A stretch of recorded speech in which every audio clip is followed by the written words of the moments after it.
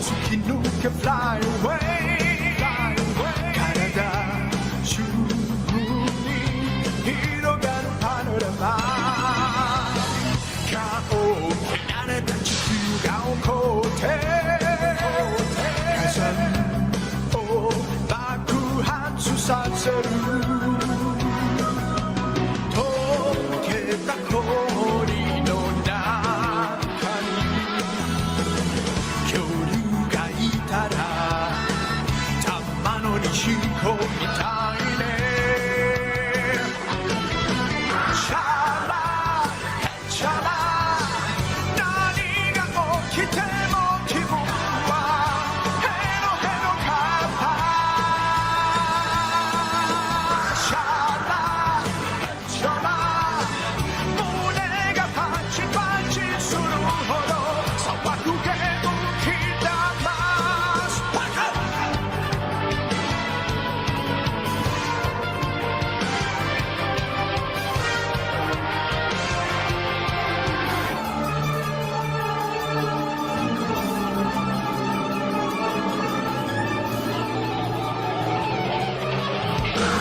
空を急降下ジェットコースター落ちてゆくよパニックのその絵景色逆さになると愉快さ山さえお尻に見える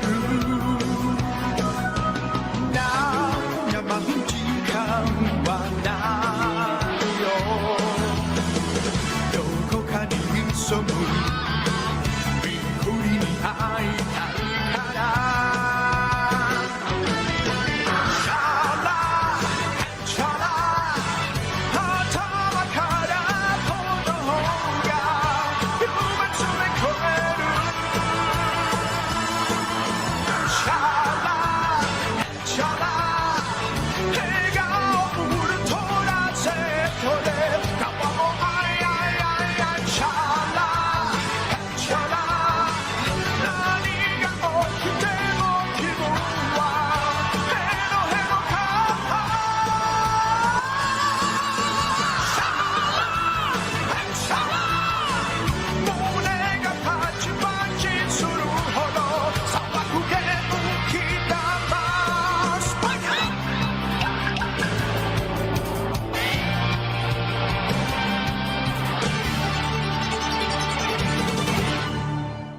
Thanks. For what? I should be thanking you, Kakarot. Nah, what do you mean? I loved every minute. Goodbye, my friend.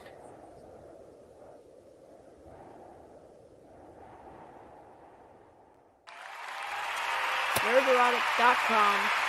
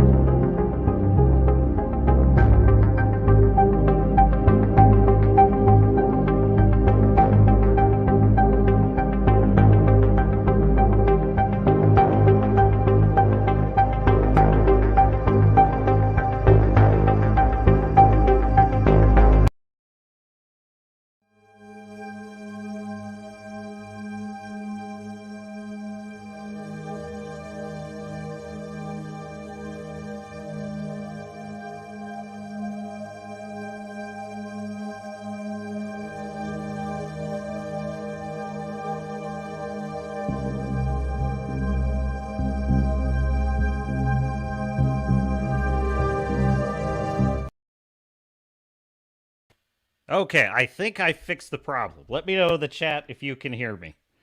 So, ahoy, ahoy, testing 1, 2, 3. 61 episodes, folks. 61. Oh my God, we got it. Okay, literally I had to update my browser. It was that pathetic of a situation. So, yes, ahoy. This is the Captain's Cast, now in audio.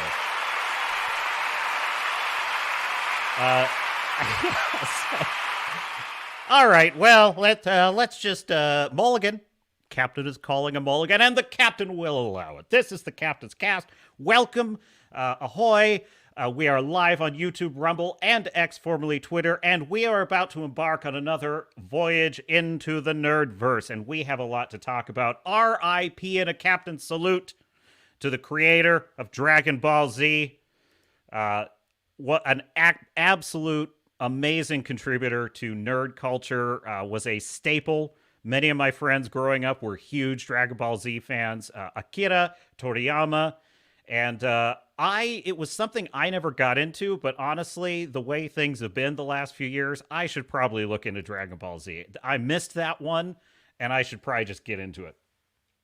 The funny thing is, though, I feel like I have watched it because so many of my friends would just talk about the multi-episode arcs, of Goku fighting, whoever, and just how long the fights would last, and they destroy a world. So I kind of feel like I'm adjacent to the Dragon Ball Z fans, but in any case, there you have it. And what I was saying when you couldn't hear me was that, can that man Dan Vasc sing, or can he sing? I mean, holy crap. So, hat tip Dan Vasc. The link is to his channel is in the description, along with a lot of others. We are loaded for bear. I was terrified when I thought this microphone wasn't working, because I'm like, are you kidding me? I got so much to cover today. I've got Dakota Johnson and Sydney Sweeney are professionals, folks, especially Sydney Sweeney. I mean, she is like, for two amazing reasons. No, I'm just kidding. She is an absolute professional. But seriously, professional mindset. And we're going to talk about that. Criticizing wokeness in storytelling and culture is working, folks. It is working. It's so strange. I feel that it's like whenever we start to actually inflict damage, right, on the failed ideology of these things, we, the nice guys, we tend to start to back off. We tend to self-criticize, which is, by the way, that is our strength and our weakness. That's what sets us apart. We are skeptical of ourselves. And so I just hear in the fellowship, I just hear mutterings of the word woke is overused. It doesn't really make any sense. We should stop saying it. It's their word, not ours. Folks, I have the absolute proof. It is working. It is working. And why? It's not because of the word. It's because we have found a way to communicate broadly, culturally, that roughly the set of ideas that represents insane, regressive, lunatic ideas of like racializing all storytelling, making everything political, everything. There's no such thing as escapism, joy, fantasy, turning heroes into villains and villains into heroes. dismantling the very concept of objective reality, but above all, totalitarianism, censorship, intimidation, banning the ability to dissent. All of these things are, they can win. Evil can win. I'm a big believer in that. Evil can win. But I also believe that good, in the long run, maybe not in the short run, but in the long run, has a slight edge. I believe that is what Professor Tolkien was saying in The Lord of the Rings. That was the whole thesis of that story, in my view, is that good has always got a slight edge over evil, because evil has a way of undoing itself. And folks, I can think of no better example than Sweet Baby Inc. This crazy consulting company that literally wokeifies video games for a living.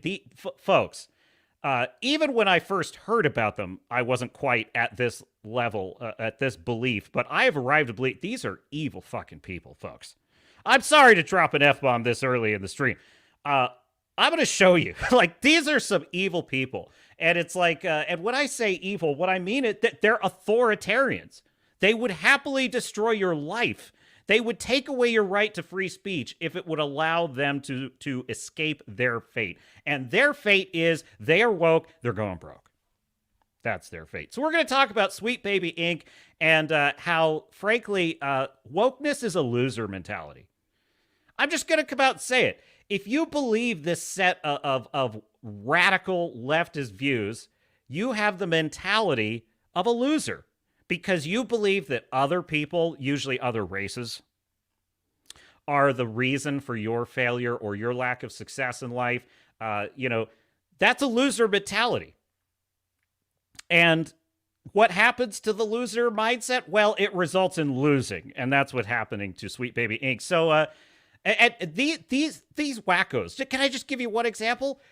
Some of these wackos were celebrating. They were taking the opportunity of Akira Toriyama's death to grave dance and to say, well, he also created racist and problematic characters. So, it's like, what else can you describe that except that's evil? That's an evil SOB right there. It's like to have zero compassion for him and his fans, to not be able to take 1 minute out of your day to take a break from your wacko politicization of everything. You can't take a break for 1 minute to just allow us as humans to just, acknowledge the death of a great creator. And anyway, so we'll get into that. I have seen Dune Part 2. And I'll just tell you, the fascinating thing about there are good movies, and then there's movies where you walk out of the theater and you feel changed. You just feel, I'm not saying it changed my life or anything, but I will just say that the world looked a little different to me when I walked out of the theater of that film, in a good way. And that just goes to show you that it's digging into something new. It's digging into something that you haven't experienced before. And I'll just tell you, I think that film was an experience. It was an absolute experience. I absolutely loved it. I do have some critiques of it, but I'll happily see it 3 or 4 more times. However, I will say this. If Godzilla Minus One were still in theaters, I would probably see Godzilla 3 more times before I saw Dune Part 2 a second time. I mean that. Like, I really, it's like, that is the best movie. I would say it was the best movie of this year if it came out this year, Godzilla Minus One. However, Dune Part 2, definitely best movie of 2024 so far. And it's going to be hard to beat. And it is crushing it in the box office. So we're going to talk about that. The Fallout trailer is out. As you get, folks, the stack of stuff is loaded today. Loaded. I can't even get to it all, probably. But I will just say that the Fallout trailer is out, and it's getting a pretty positive reaction, and understandably so. I will not say that I am pessimistic about this show. By the way, I am a huge fan of the Fallout games, like a huge fan. So I will just tell you, I've got a bad feeling about this. I've got a bad feeling about it. So we're going to take a look at the new Fallout trailer, and we're going to talk about it. I'm not blackpilling here. it could be good. Jonathan Nolan co-wrote The Dark Knight. I mean, Jonathan Nolan is a truly talented writer. And there's even a story about how one of the most remembered line in The Dark Knight is you either die a hero or live long enough to become the villain. Well, it turns out Christopher Nolan did not write that line. Jonathan Nolan did. And Christopher Nolan didn't even like the line at first. He's like, I don't even understand what that means. But he kept it in the script. And it turns out, in retrospect, he's kind of like, damn, my brother had a point there. So Jonathan Nolan is a talent, absolutely. I have concerns. And we'll talk about that. But first, chat, how are you? How are you on a Sunday? Foodman Blue says, hail. Hail. Yeah, sound. That was weird. That's the weirdest bug I've ever had doing this stream, because it's like I could hear all the music and everything, and then I couldn't hear the applause. You could, but you couldn't hear me, even though anyway. Moving on. What else we got? Wrangler. Yes, sorry. Let me get past all the muted stuff. Tom is in the chat. Ahoy, Tom. Wrangler. Ahoy. Captain's voice is secure. Thank you, Wrangler. Thank you. And I did watch your YouTube video, Wrangler, and I will just say it's looking pretty good. I don't really have critiques for you. I just have a couple of tips, which is I would just say probably first 5 seconds, get right to the point, and a couple other things. But we'll get into that later in the stream. Wrangler says Sydney Sweetie has the power-ups. She really does.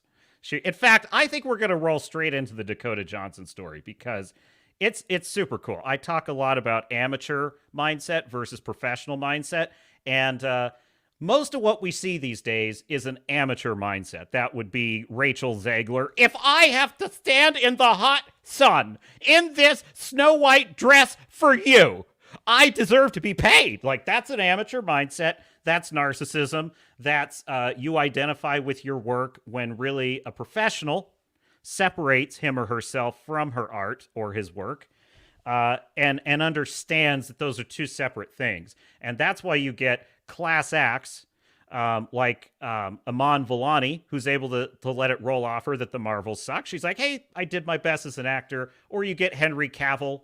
Fans have a right to their opinion, any opinion they want to have. Well, Dakota Johnson, it has a professional mindset. We'll get into that. Staffyuri is in the chat. Says, hi, everyone. I can't stay, but I wanted you all to have a great episode. All of you assholes just for me. Well, now, thank you, Staffyuri. That is a typically just compassionate and loving comment for us all, and I appreciate that. It's just, he is our sweet prince, Starfury. That's what we call him. Starfury with £2 sterling super chat says, have a drink on me. Good night, everyone. Good night, Starfury. He's across the pond, so he has to go get his beauty sleep. And there he goes. Okay, let's get into this first story, because where is it? Yeah, here we go. Because I like to talk about the good stuff. New share. Come on now. Present. Share screen. And here it is. This from Yahoo. Dakota Johnson reacts to Madam Web getting ripped to shreds in reviews. Dakota Johnson says she'll probably never make a movie like Madam Web again. In an interview with Bustle published Tuesday, Johnson spoke out about the film's unfavorable reception while reflecting on what it was like to be a part of the project, saying that it was definitely an experience for me to make that movie. So it's like that Madam Web is like, you kind of have to see the part where the ambulance, it's like she fights evil with stolen ambulances. It's kind of an amazing thing. It's kind of an amazing idea. It's like, what if Peter Parker, without spider powers, had to fight Doc Ock? How would he do it? Well, he might steal an ambulance from someone who needs it and drive it over Doc Ock, and then drop a Pepsi sign on Doc Ock to kill him. So anyway, yeah, we've talked about Madam Web. But anyway, the 50 Shades star continued. But sometimes in this industry, You sign on to something and it's one thing, and then you're making it. It becomes a completely different thing. And you're like, wait, what? So they're asking her about, yeah, your movie, delicately, they are asking her, well, your movie was a stinker. It bombed. And, you know, she had a perfect opportunity right here to do what 90% of the people in her position would do, which is take the opportunity to say, well, there's toxic fans, and they're very problematic, and there's also very nasty, hateful misogynists and bigots out there, and they just hate that women are in movies. They hate that. They want all movies to be all men all the time. Like, that's basically what they'd say, right? That's not what she says. She goes on. She says, let's see, Johnson, who plays the clairvoyant Cassie Webb in Madame Web, said she's, quote, not surprised that the film has, quote, gone down the way it has, and added that, of course, it's not nice to be a part of something that's ripped to shreds, but I can't say that I don't understand. She also said, the problem is decisions are being made by committees, and art does not do well when it's made by a committee. Amen to that. Amen to that. Another way I like to put it is Chat GPT writing.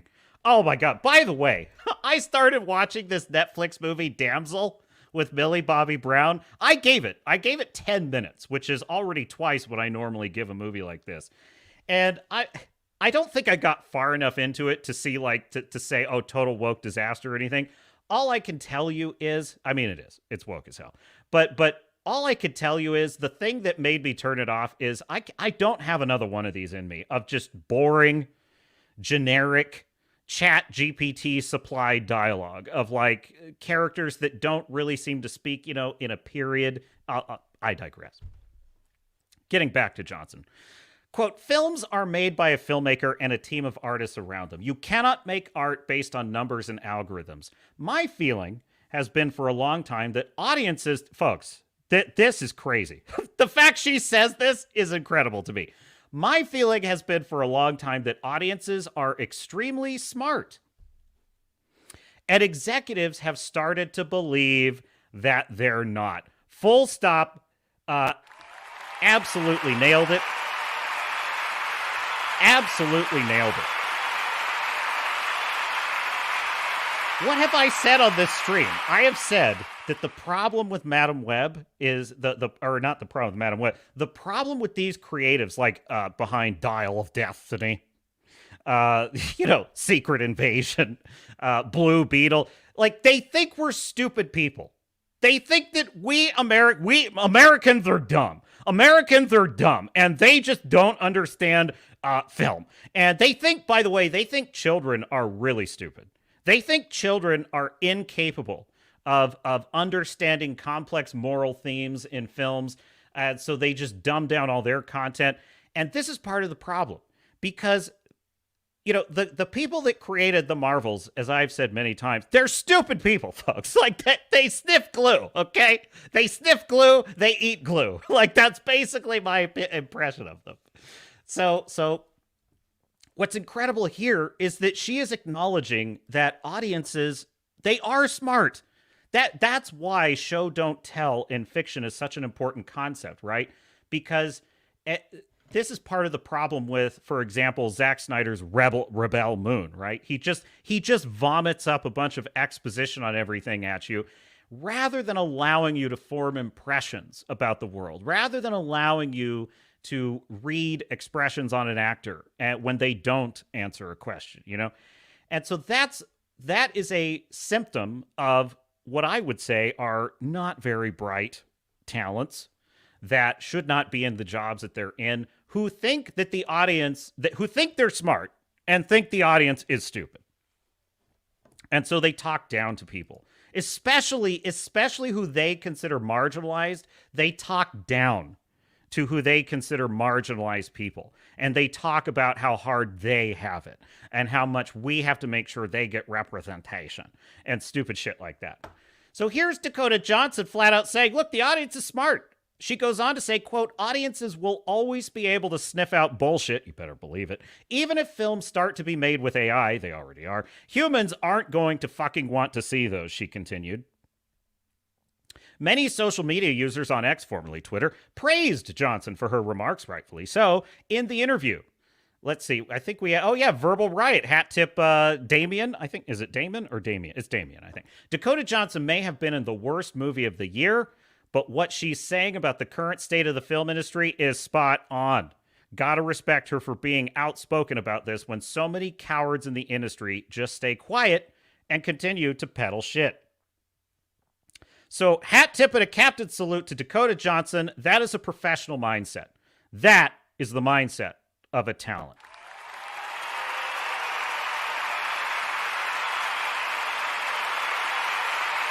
Now, the glue eaters, that would be your typical garden variety executive writer or director in modern Hollywood. They're big mad at her for this. Like, they did not take kindly to this at all. Let's see. Did I pull it up? Hang on a second. Yeah, I think this is it. This is what I'm looking for. Hat tip, Cosmic Book News. Sony and Madam Web producers are mad. They're mad at Dakota Johnson over comments. Oh, you don't say. Insiders say the actress threw them under the bus, and she should take blame too.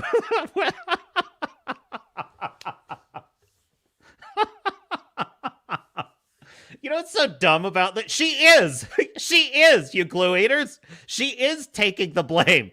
She's taking the blame for being in Madam Web. But you know what she's not doing? Because let's face it, folks, her performance in the movie is crap. Like, it's absolute crap. But she's a block of wood, as the critical drinker would say.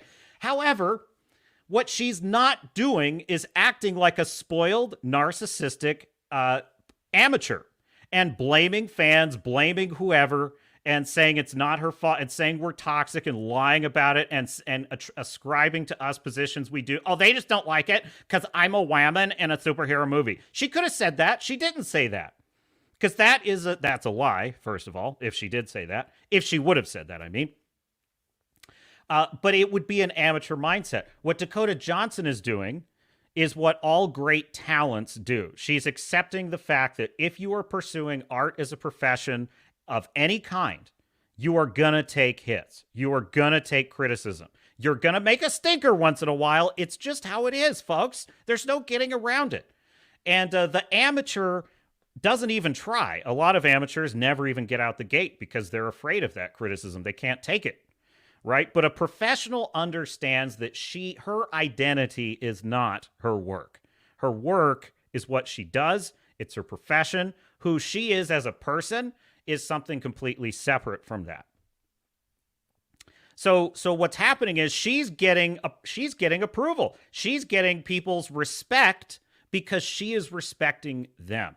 And that's what this is really about. She is respecting us, and therefore, we're respecting her. And these insiders are pissed. It's claimed, goes the article, that the bosses over at Sony and the producers behind Madam Web are ticked off at Dakota Johnson over her recent negative comments about the movie. What do you want her to say? What do you want her to say? Oh, it's a very good movie. I'm very proud I made it. It's like, in other words, you want her to lie. You want her to lie like the rest of us. Or like the rest of you. You want her to lie to the rest of us. The film is one of the worst performing superhero movies of all time, and arguably one of the worst ever made. I mean, I would say that, except I've also seen The Marvels, and Rebel Moon, and Ant-Man and the Wasp, Quantum Nausea, and Blue Beetle, Indiana Jones and the Dial of Destiny, and all that other crap. So honestly, Madam Web is actually not that low on the list when you really get right down to it. I've seen Echo, folks. I mean, for God's sake. So in a recent interview following the release, Dakota Johnson said, yeah, we got that. So let's see. Let me see if I can find the lead here. According to the site, that would be Daily Mail, insiders have filled them in that Dakota Johnson is being accused of, quote, dragging the film and failing to take any responsibility after admitting she hadn't seen the film herself. Lots of people at Sony are questioning her star power, and how she reacted to this failure will likely come back to haunt her. I disagree. I mean, yes, it takes courage, it takes guts to piss these people off because they're nasty people. These are nasty, knife-fighting people that will cut your throat in Hollywood if you throw them under the bus. So there's some truth there. But what I think she will have is the respect of fans. This is all these people have to do. That would be industry professionals. This is all they ever have to do. Show the fans a little respect. Show the fans a little. You don't have to agree with our critiques. You don't have to like it. You know, I'm human. I'm an artist. It doesn't feel good to be criticized. It doesn't. It never does. Nobody ever feels good being criticized. If they say they do, they're lying or they're a psychopath. The fact of the matter is, we all have to take L's. The difference is she is showing respect to her audience, and that buys something called goodwill. That's all we ever asked for. So there you go. Dakota Johnson, a class act. We're adding, we're building like a hall of fame of professionals, class acts out there. Like Iman Vellani, who played Kamala Khan in the Marvels, class act, professional. Sydney Sweeney, definitely a professional, folks. Definitely. I have visual confirmation of that. And Dakota Johnson, Henry Cavill, the list grows by the day. This is the new culture that is rising in Hollywood. And that is because of you, my dear audience, my dear sailors and starnauts. We are making ourselves heard. Despite all their best efforts to take away our voice, we are being heard, and it's making a tremendous difference. A tremendous difference. So let's see here. Where do I felt like I had something else on this that I wanted to show. Was that everything on Dakota Johnson? The producers are big mad at her. They are so pissed. Oh, yes. Okay. So I was watching another stream. I was watching a Drink with Crazy stream. And he is a big, and no shade at a Drink with Crazy. I love his stream. But I disagree with the man on this point. He says we need to stop using this word woke. He says, A, it's their word, and that we shouldn't use their word because that's helping them. That's not hurting them. And he said, secondly, it doesn't really describe the ideology. It's better to call it something like neo-Marxist or whatever. My attitude is this. This is the one time that we've taken their language away from them, okay? Because usually it's the radical lunatics that change language. They're the ones that take away the language and turn it on its head. They turn literal racism into anti-racism. They turn excluding people because of their skin color or their sexual identity, aka too male and pale is stale, right? They turn that exclusion into inclusion, right? They're the masters of this. That would be far left lunatic wackos. They are the totalitarians. The word fascism, which literally describes them. They want to censor people's free speech. They want to take people's rights to vote for who they want, off the ballot. They want to take those things away from people. And they say that's because they're fighting fascism, right? So that is the difference, right? They take language and they twist it. Well, this is the one case where they've gotten hoisted on their own petard. Because they created this word woke, which meant I am awake, I am aware of all the injustice in the world, I am an angel fighting for the poor, sad, marginalized people who are too weak to help themselves, and I am a brave social justice warrior. I am woke. Well, the problem with being woke is you're nasty. You're a hall monitor. You go around policing people's thoughts. You're mean. And people don't like that. You're not fun. You can't take a joke. Nobody can ever laugh at anything because all those jokes are so problematic. And what's happened is evil is undoing itself. It's undoing itself because everybody, when you say the word woke, everyone knows what that means. An annoying, snotty little hall monitor that nobody wants to hang out with. That's what it means. So trust me, folks. Except for the most deluded of them, they hate this word now. They hate it because we have taken it away from them. That would be common sense people, normal people, right? That's what I mean when I say we. We of the Fellowship, we of the of classical nerd culture, which was already inclusive, already diverse, already welcoming of all different walks of life. We the nerds are the ones that wanted to go to strange new worlds and experience new culture. We the nerds are the ones that wanted to go into fantasy worlds and talk about different races working together to fight goblins or whatever it is. We did that. We wanted badass babes like Sarah Connor and Ellen Ripley and Red Sonja and Cara Thrace Starbuck, and the list goes on. We wanted those characters. We, the nerds, did. So what we have done is we've taken their little word away from them and we've turned it into an albatross hung around their necks. And we cannot. And we need to do more of that, in my view. We're finally winning at the game that they've been winning for so long. If you want to know why everything is crap these days, it's because the fox is in the hen house. And the fox is not wokies. It's the wokies that let the fox in. What is the fox? The fox in the hen house is mediocrity. Institutionalized mediocrity, which is resulting in bland, boring, tell, don't show dialogue.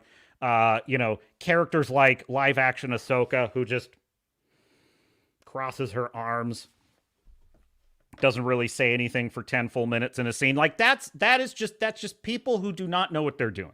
It's people who don't know what they're doing. Also, some people that possibly may or may not eat glue. I don't know. But so anyway, let's get into this. So I have a couple of videos I want to go over that are going to build my case. But first, we have a super chat. Ultimate Kahuna with a $2 super chat. Bro, it's time y'all play Helldivers 2 on stream. Well, thank you, Ultimate Kahuna. I'm thinking next week. Helldivers. I'm very excited. I'm very excited to play this game. For freedom. For freedom. I love this idea that it's this uber patriotic, like jingoistic, for democracy. For democracy. What did Wrangler say? About to start some recording. If I set up my sound correctly, I should not hear the captain's commentary over my... I should be able to hear... I think that's what you're saying.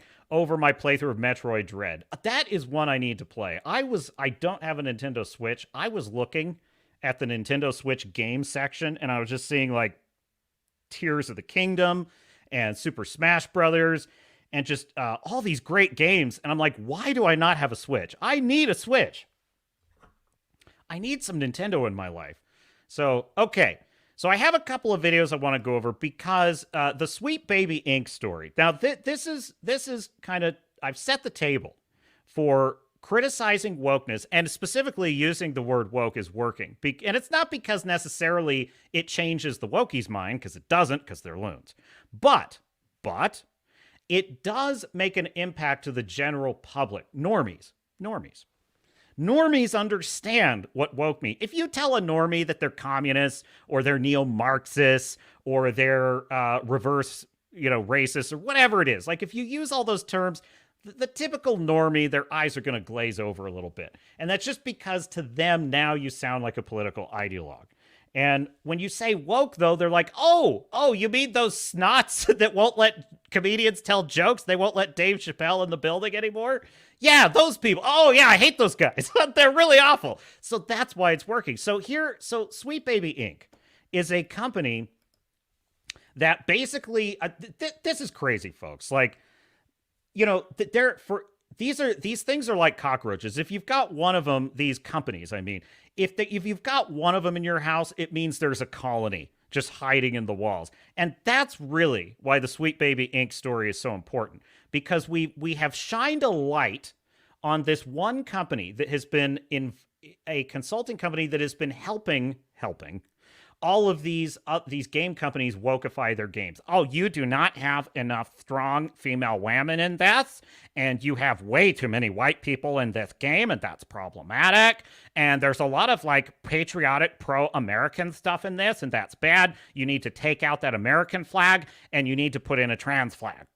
And that's what they do. And they basically get paid millions of dollars to ruin video games, to bankrupt video game companies. Folks, if you think that this isn't happening in Hollywood, if you think this isn't happening everywhere, how did Bud Light get the brilliant idea to team up their bro college, frat boy brand with Dylan Mulvaney in a bubble bath, right? Where did they get that genius idea? Well, folks, these kinds of people are where they get this idea. Imagine setting up a consulting company to give literally the opposite of good advice, and you get paid millions for that. Now, that might sound like, wow, they really, that's smart. They're really smart business people. It's like, but that's the problem. Evil has a way of undoing it, folks. So, hat tip the angriest man on the internet, Ryan Cannell.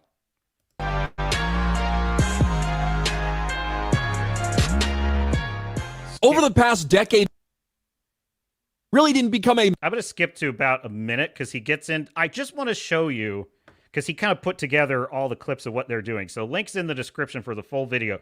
But I want you to hear how evil these people are. Just like we've seen before in the past decade, gamers are rising up.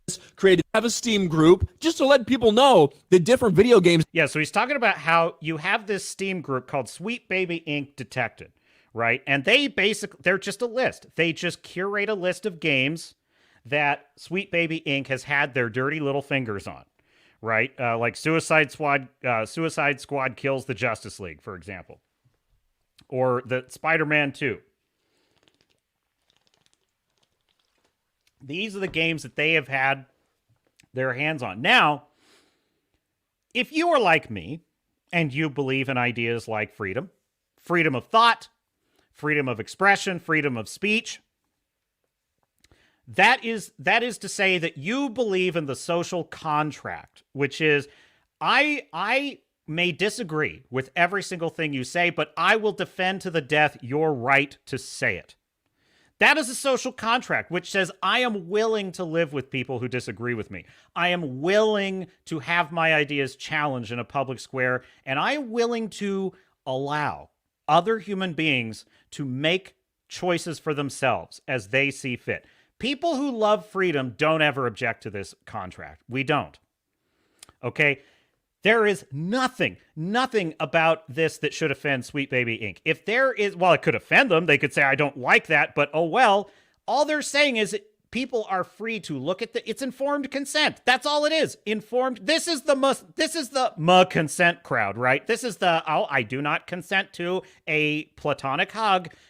This is the crowd that's all about consent all the time for everything, right? But they aren't about informed consent when it comes to playing their video games. Nothing about this list is stopping anyone from playing the video game. Because, by the way, the wokies love this kind of shit. They love this shit. They start petitions, on petition.org or whatever it is. They start all these. They try and get people deplatformed. But they love little apps. They love little lists that say that, oh, here are all the companies that are involved with alt-right, right-wing, ew, gross white Christians. They like Chick-fil-A, right? Oh, don't buy food from Chick-fil-A because there's white Christians involved with that company. And they're bad and they're ew and gross. They love that shit. They love that shit until one little Steam group decides to do it to them. That Sweet Baby Inc. is actually involved in. And in the course of a couple days, this went from 6,000 followers to now it's closing in on 200,000 followers, because when you try to censor people, when you try to tell people you're not allowed to criticize us, you're not allowed to simply list the games that we're involved in because we're scared, it's not going to go over well. And it has not gone well for Sweet Baby Inc. And every day we discover something different. Well, now we know the co-founder, the CEO. We're starting to learn more about this person, and it's really not a surprise how things ended up this way. Sweet Baby Inc. CEO Kim Belair's speech urged employees to terrify video game companies if they don't give you what they want. Sweet Baby Inc. CEO Kim Belair makes it clear the purpose is to forget about gamers entirely and terrorize video game companies in a statement found on X. It highlights their entire philosophy in a way which shows they shouldn't be involved in any productions. And I'm going to play a couple clips from this. One is the one that's been going around a lot today, nearly 1 million views, and it was posted yesterday, I believe. The co-founder of Sweet Baby Inc., Kim Belair, proudly explains the method she uses to force bosses at game studios to censor, alter, and diversify game projects she feels are problematic. If you're a creative working in AAA, which I did for many, many years, put this stuff up to your higher-ups. And if they don't see the value in what you're asking for when you ask for consultants, when you ask for research, go have a coffee with your marketing team and just terrify them with the possibility of what's going to happen if they don't give you what you want. But can you believe the arrogance of these people? Can you? I said it on my last stream, and honest to God, I hadn't even seen this yet. On my last stream, I saw, it's in one of the recent clips I posted on the channel. And thank you to all the new viewers, all the new subscribers. I'm glad to have you here. Welcome to the Captain's Cast with me, your host, Captain Garrett on the Swords of Starships channel. And I had not last week seen these comments, right? But I was reading from their company mission statement on their website, and they had this little line that said, "Our techniques are not strictly corrective." And I'm like, strictly corrective? Who the fuck do you people think you are? How fucking dare you talk to us this way? We the public, we the gamers. Who, Stalinists speak to people this way. Totalitarians speak to people this way. Dictators speak to people this way. And then I see this. And she's like, if they don't give you what you want, terrify them, threaten them, intimidate them, censor them.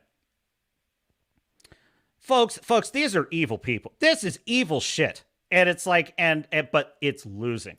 It's losing badly. They tried to get this gamer list canceled on Steam, failed. They failed. The issue was resolved. There was, and that's the other thing too, is like, there's no harassment or bullying here. They're literally just saying, here's a list of games they're involved with. That's it. And this is the difference, right? Because they always try to gaslight. They always try and say, oh, well, the right wing this and the right wing that. And it has nothing to do with the right wing. It's just anyone who's not radical loons like them. They try and claim that we do the same thing. And it's like, we don't, though. We don't, because we're not trying to get this company deplatformed. Now, we are exposing them, and we're allowing the public to decide. And see, that's the thing. In the free market, success, failure, those things are settled without the need for any kind of interference. Those things are settled by customers, by acting of their own free will. We're okay with that social contract. They are not. They can make all the woke lists on Steam. They can make as many lists as they want on Steam that say, here's all the games that are problematic. And here's all the games that are not having enough trans representation in them. And all that sort. And they could put Helldivers 2 on it. They tried, actually. That's another story. They're all big mad at Helldivers 2 because there's no trans flags. There's no trans flags in Helldivers 2 while you're fighting the bugs trying to destroy humanity. It's so ridiculous. So they're big mad about that, right? Now, I just wanted you to see, let me see, did the angriest man on the internet have more to show us? I think he did, so we'll let it run. You don't give us what we want, if you don't capitulate to our demands to put a trans black lesbian in a fucking wheelchair in this random video game where it doesn't belong at all, well, we're going to make sure we call you racist and sexist and transphobic and all these things. What playbook is that out of? Man, it sure seems like it's right out of Anita Sarkeesian's playbook, doesn't it? Mamology 101. He's not the only one that tweeted this today. I've seen this a lot. Friendly reminder that Sweet Baby Inc. isn't the only entity threatening developers and extorting them into getting hired. This is from 2019. Anita Sarkeesian. Hey, at CD Projekt Red, I'm always available for consulting because it sure sounds like you might need to meet it before the holy internet drags you for what sounds like some potentially sexist representations, which we all know you've struggled with in the past, right? Threatening these developers to say, hey, if you don't do what we want, if you don't capitulate to our demands, well, it's not going to go good for you. And it looks like a lot of developers have gone with them in recent years. This comes from this interview. It's about 30 minutes long. I've listened to most of it. There's some wild shit in here. Like about her, how when she was young, she decided to write her own stories, and they were all about people that looked like her and her family, people that represented her. But then when she got into school, she got told that the only approved stories are about straight white men. Just wild fucking bullshit coming from the CEO, the co-founder of Sweet Baby Inc., Kim Belair. Here's just another sample from this entire thing. And Also, don't fall into this trap that I think a lot of people fall into, which is they think, okay, don't worry. We can include everyone by making this like single default universal experience that is universally representative. Because usually like all that means, as it did in the dating example, is that you're aiming at your core demographic and you're probably invisibly leaning towards the dominant societal voice, even if you don't realize it. Yeah, don't try to make things literally for everybody. Make sure to cater to a very, very small segment of the population. Listen to what she says next. And if you're in development and you are part of like that dominant voice, you're like a cis hetero white dude or just adjacent to that. Listen to the derision. Listen to the hatred in her voice. The way that they talk, the way that they talk about human beings. They are either looking down at them in the case of what they consider marginalized groups, or they are sneering at who they consider the oppressor. Like, oh, if you're a cis white dude, ew, gross. It's like, I mean, these are sick people, folks. Wokeness is a sick worldview. This is a gross way to look at human beings, in my view. Do not wait until the end to call your consultants. Bring them in at the beginning, and instead of asking them, hey, is this very racist thing we did very racist? Or is this deeply offensive thing we did deeply offensive? Are you hurt by it? Ask them what they want to see. Like, ask them what would thrill them, what would bring them joy. And if you have a team lead, put that request to them very, very early. Imagine coming in to Sweet Baby Inc., a company that is full of, they, thems, and people that are only concerned with fucking racial representation bullshit like this. Imagine coming to them and say, hey, what would make you happy that we put in the game? Not our fucking fan base, not the vast majority of people out there. What would make you happy? Doesn't this shit explain why we get so much dog shit right now shoved into all of these games? And again, there have been people talking about Sweet Baby Inc. for the past couple months, although they were still kind of flying under the radar. People knew they were involved in things, but they weren't sure. People hadn't dug up too much on them until they decided to go out and attack gamers. And that has really blown everything up. And it is. Thank you. That would be Ryan Cannell, the angriest man on the internet. Hat tip, Ryan Cannell. And there he goes. And I have another video to sort of bring this story home. Because honestly, I was like, when I was prepping for the stream, like, I got to go find all these clips. I got to go find all this stuff. But helpfully, some great YouTubers out there, fellow YouTubers, have already found this stuff for me. So I'm going to lean on their content. Let's see here. This one, Hat Tip Yellow Flash. I'm going to play a little bit of this because I want you to get the full story, right? So we start with these wackos, this criminal shakedown consultant organization, these woke weirdos. They're exposed and gamers unite against them. They create this list on Steam to say, hey, just so you know, these are the games they're involved with. If you choose not to spend your money on anything this company is involved, here's a list of their things they're involved. They objected to that, right? They tried to get them banned. And, well, how did it go for them? Hat Tip Yellow Flash. Well, it looks like the attempt to take down the Steam curator has failed. Cabrados shared that it's not going anywhere. You put this out here. No worries, we'll be glad to assist you because we have provided all the information we have for your issue. I'm closing this help request. If you have an unrelated issue, please open a new help request. Happy to help. Steam support, CYR. It is with great pride that I say based Valve. Thank you at Valve Software for respecting your players' freedom of choice. And also thank you, Lord Gabe, for building such an amazing platform for us. We are here to stay. So apparently all the reporting done on the Steam curator by Reset Era and Games Media and everything failed. It was a complete failure. The Steam curator will stay. And it's also well over 200,000 followers at this point. There's also a discussion group that is still running strong. They failed to take that one down as well. So big W, really taking away the power that they used to have. And they are trying. Boy, are they trying. As you know, Kotaku kind of kicked things off the other day. They put out this piece of shit article. Sweet Baby Inc. doesn't do what some gamers think it does. Yep, here comes the gaslighting. This the media always launders the lies of these wokies, right? It's so incredible. These people are allergic to free expression. They are allergic to free will, and they are allergic to anything that is just truth. They're just allergic to it. Like they have to lie for everything that they do. They can never stand upon their principles proudly. Why? Because wokeness literally doesn't even believe in an objective reality. They don't have principles.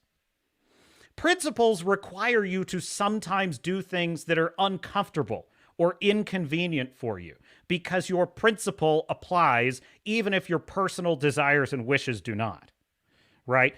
They don't have that. So they have to lie to cover everything that they do because they don't actually have the courage of their convictions. They know deep down what they are. They have built a movement on resentment, bitterness, jealousy, and envy. And those are all debilitating, destructive emotions that if that is all you're running on, it will run your life into the ditch. It will run your work into the ditch. Attacking gamers, running cover for Sweet Baby, not talking about how they tried to dox people, or not that the journalists tried to dox people, but not talking about how Sweet Baby called for mass flagging of the Steam curator, how they had meltdowns over people that were enjoying it. All that got brushed up. They literally attempted to do mass flagging campaigns, and on their Twitter account were saying like claim this, claim that. They're willing to use lies, overt lies, to destroy others. The rug, as it always does with these people. But things have really escalated. Eurogamer kicked things off. They put this out. And then that led to the gamer. Of course, the gamer jumps into this.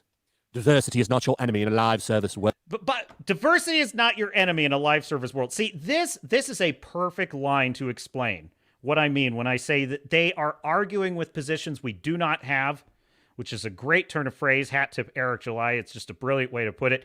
They create straw man arguments, claims we're not making. One of the best examples was someone was interviewing. Was it like Nia DaCosta? Or it was one of those directors of one of the recent failures, Marvel, Madam Web. I forget. It might have been S.J. Clarkson. I forget who. But they basically just asked her, about the blowback from the film. And this babe was like, well, it's just a fact that there are certain fans that just do not want to see strong women in a movie. Said no one ever. No one has ever said that. And this is the other lie. Nerds don't like diversity. Nerds hate anything that is different from them. And they have been living in a fantasy land where everything is white, everything is straight, and everything is Christian. And they long for an era when we can go back to that, which is the exact reverse opposite of what it is to be a nerd. Like, we are the ones who fell in love with Star Trek. Star Trek, about a captain from a multicultural, multi-species, peaceful democratic organization exploring the stars, peacefully seeking out new life and new civilization, standing for the principles of liberty for all, and all are created equal. That was what Kirk, Picard, Sisko, Janeway, Archer all stand for. We have Doctor Who, which is a story about exploring different times, different cultures, different worlds. We have fantasy worlds, like Tolkien's world, in which you have a dwarf and an elf who are racial enemies who ultimately wind up becoming the best of friends by the end of the story. We nerds, which all of these stories I mentioned features, strong women characters, such as Éowyn. Éowyn, one of the best characters in Lord of the Rings, kills the Lord of the Nazgul on the battlefield. We made those things popular. Nerds did, because we wanted to see babes in armor. We're like, boob armor, yes, please, more of that. We wanted to play Dungeons and Dragons and talk about elves and dwarves and men learning to work together. Like, we are the pioneers of actual diversity. So this is a lie. This is a lie that we are anti-diversity. And so they say diversity is not your enemy. Yeah, we know that. We wrote the book on that, you loons. We did. You're arguing something that doesn't exist. World. Studios aren't forced to add diversity. They're forced to add battle passes and endless grind, leading to worse games and cheap demographic appeal. No, they are using Sweet Baby because they're trying to make DEI and ESG a thing for them. They're trying to get a hold of some of those funds and investing dollars that BlackRock puts into shit like that. Precisely. Was there anything else I wanted to cover in this? This is a great video also by Yellow Flash. Hat tip link is in the description. So I just wanted to cover those basic stories to say, folks, and this has been a theme on this channel for weeks now. They're losing. The wokies are losing badly. This is why Russell T. Davies was out there fighting with fans who were upset about how he did Doctor Who dirty in those Christmas specials, like Doctor Who explaining pronouns to an alien. It's like unbelievable. Oh my God, the pronouns shit in Star Trek Discovery, it's so bad, folks. It's so bad. They think we're stupid people. They think that their woke audience are stupid. I'm serious about, like, Alex Kurtzman and his tribe of idiots over there. You know, they think that their own target demographic are stupid people, right? That need to have just clunky, boring dialogue, just force feeding them their own beliefs. You know what I mean? Like, that's how you use pronouns. It's like, this is even if I agreed with these ideas, I would resent the way that they talk down to me. You know what I'm saying? So anyway, hat tip Dakota Johnson for getting it. Seriously. Now, that brings me to the pièce de résistance, folks. Should we abandon the word woke? Have we overused it? Has it had its day? Well, I came across this on Friday Night Tights last Friday. Hat tip Nerdrotic. I know this is the fellowship stream. I don't usually include this many of their videos, but we'll just run with it. They had the Soska sisters on, which are directors, creatives in their own right. They are the writers of Rippaverse's new Yaira comic, which is coming out. And so they were guest starring on Friday Night Tights, and being industry insiders, they had this insight to share. And I want you to hear what they said. It's funny because so it's him. Okay, got it. Oh, hang on. Let me go back to change the play speed. Let's go to normal. Okay, go. We work in entertainment, and you guys keep talking about this. The last few weeks, everybody has used the word woke like the kiss of death. And they're taking projects that they were like, you could tell they really thought were precious, wonderful projects. And they're like, oh, have you guys heard that woke is bad? We can't do that anymore. And me and Jen are just kind of like, oh, really? Oh, yeah, it is catching on now that everything's on fire, eh? Yeah. I wonder if the Sentry that is comic, like this moniker that anyone can be the Sentry, is that what Stephen Yoon or whatever his name looked at the script and he's like, no way, man. He's like, I'm out. Yeah. No way. I'm involved in whatever this is. I'm not going to be like. He's like, I have scheduling conflicts all of a sudden. I have to sleep that day. Yeah. How many people White man with blonde flowing hair? Yeah, kind of sting. Yeah. Well, like, how many people think about 5 years ago? If people were offered any roles MCU related, they would work out their schedule to make sure they could do the thing in the MCU. Now it's the opposite. People are fleeing and drugs. So there you go. So I wanted you to hear that brilliant point by the Soska sisters. They are in the industry, and what are they hearing? Oh, no, you know what? I heard woke is not popular. We shouldn't do that. Folks, criticizing wokeness, it is working, and it has worked. Because we march on. We of the fellowship, we of the customers, we of the audience. We have rejected your sick worldview that inverts morality, turns heroes into villains, villains into heroes. We have rejected nihilism. We have rejected pessimism. We have rejected your sick worldview, and now, at last, the world sees you for what you are. And a new age is dawning. It is the Iron Age. It's an age of independent creators. We will build new things. I feel enlivened. I feel invigorated. We stand at the dawn of a renaissance. And, in the words of the Joker, you get what you deserve, sweet baby ink. So that's all I have to say about that. So congratulations, hat tip to you, you of the audience, you of the smart, brilliant audience, as Dakota Johnson correctly observes. You have seen the work they have on offer, and you have sent it packing, and whether they like it or not, they are now hearing your voice. So that's for you. That is for you. We will continue using the word woke. We will continue hanging it around their necks like an albatross until the day the last wokey gives up their campaign of censorship, intimidation, doxing, coercion, threatening. When that stops, well, then we'll be friends again. Then we'll be friends again. Speaking at least for myself. Not a day before. Not a day before. We will fight them on the beaches. We shall fight them in the fields. We shall never surrender.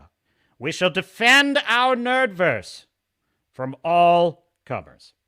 And the ultimate kahuna has some thoughts.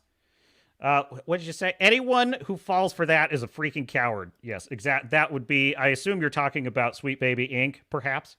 Melodic Method says, there's little more they could do that would shock me. Their self-interest is bottomless, which justifies them to do anything. You know what's so fascinating is how all you have to do, them just being exposed, their little speeches, their little snarky, it's funny. I love to impersonate the SJW, they really talk this way.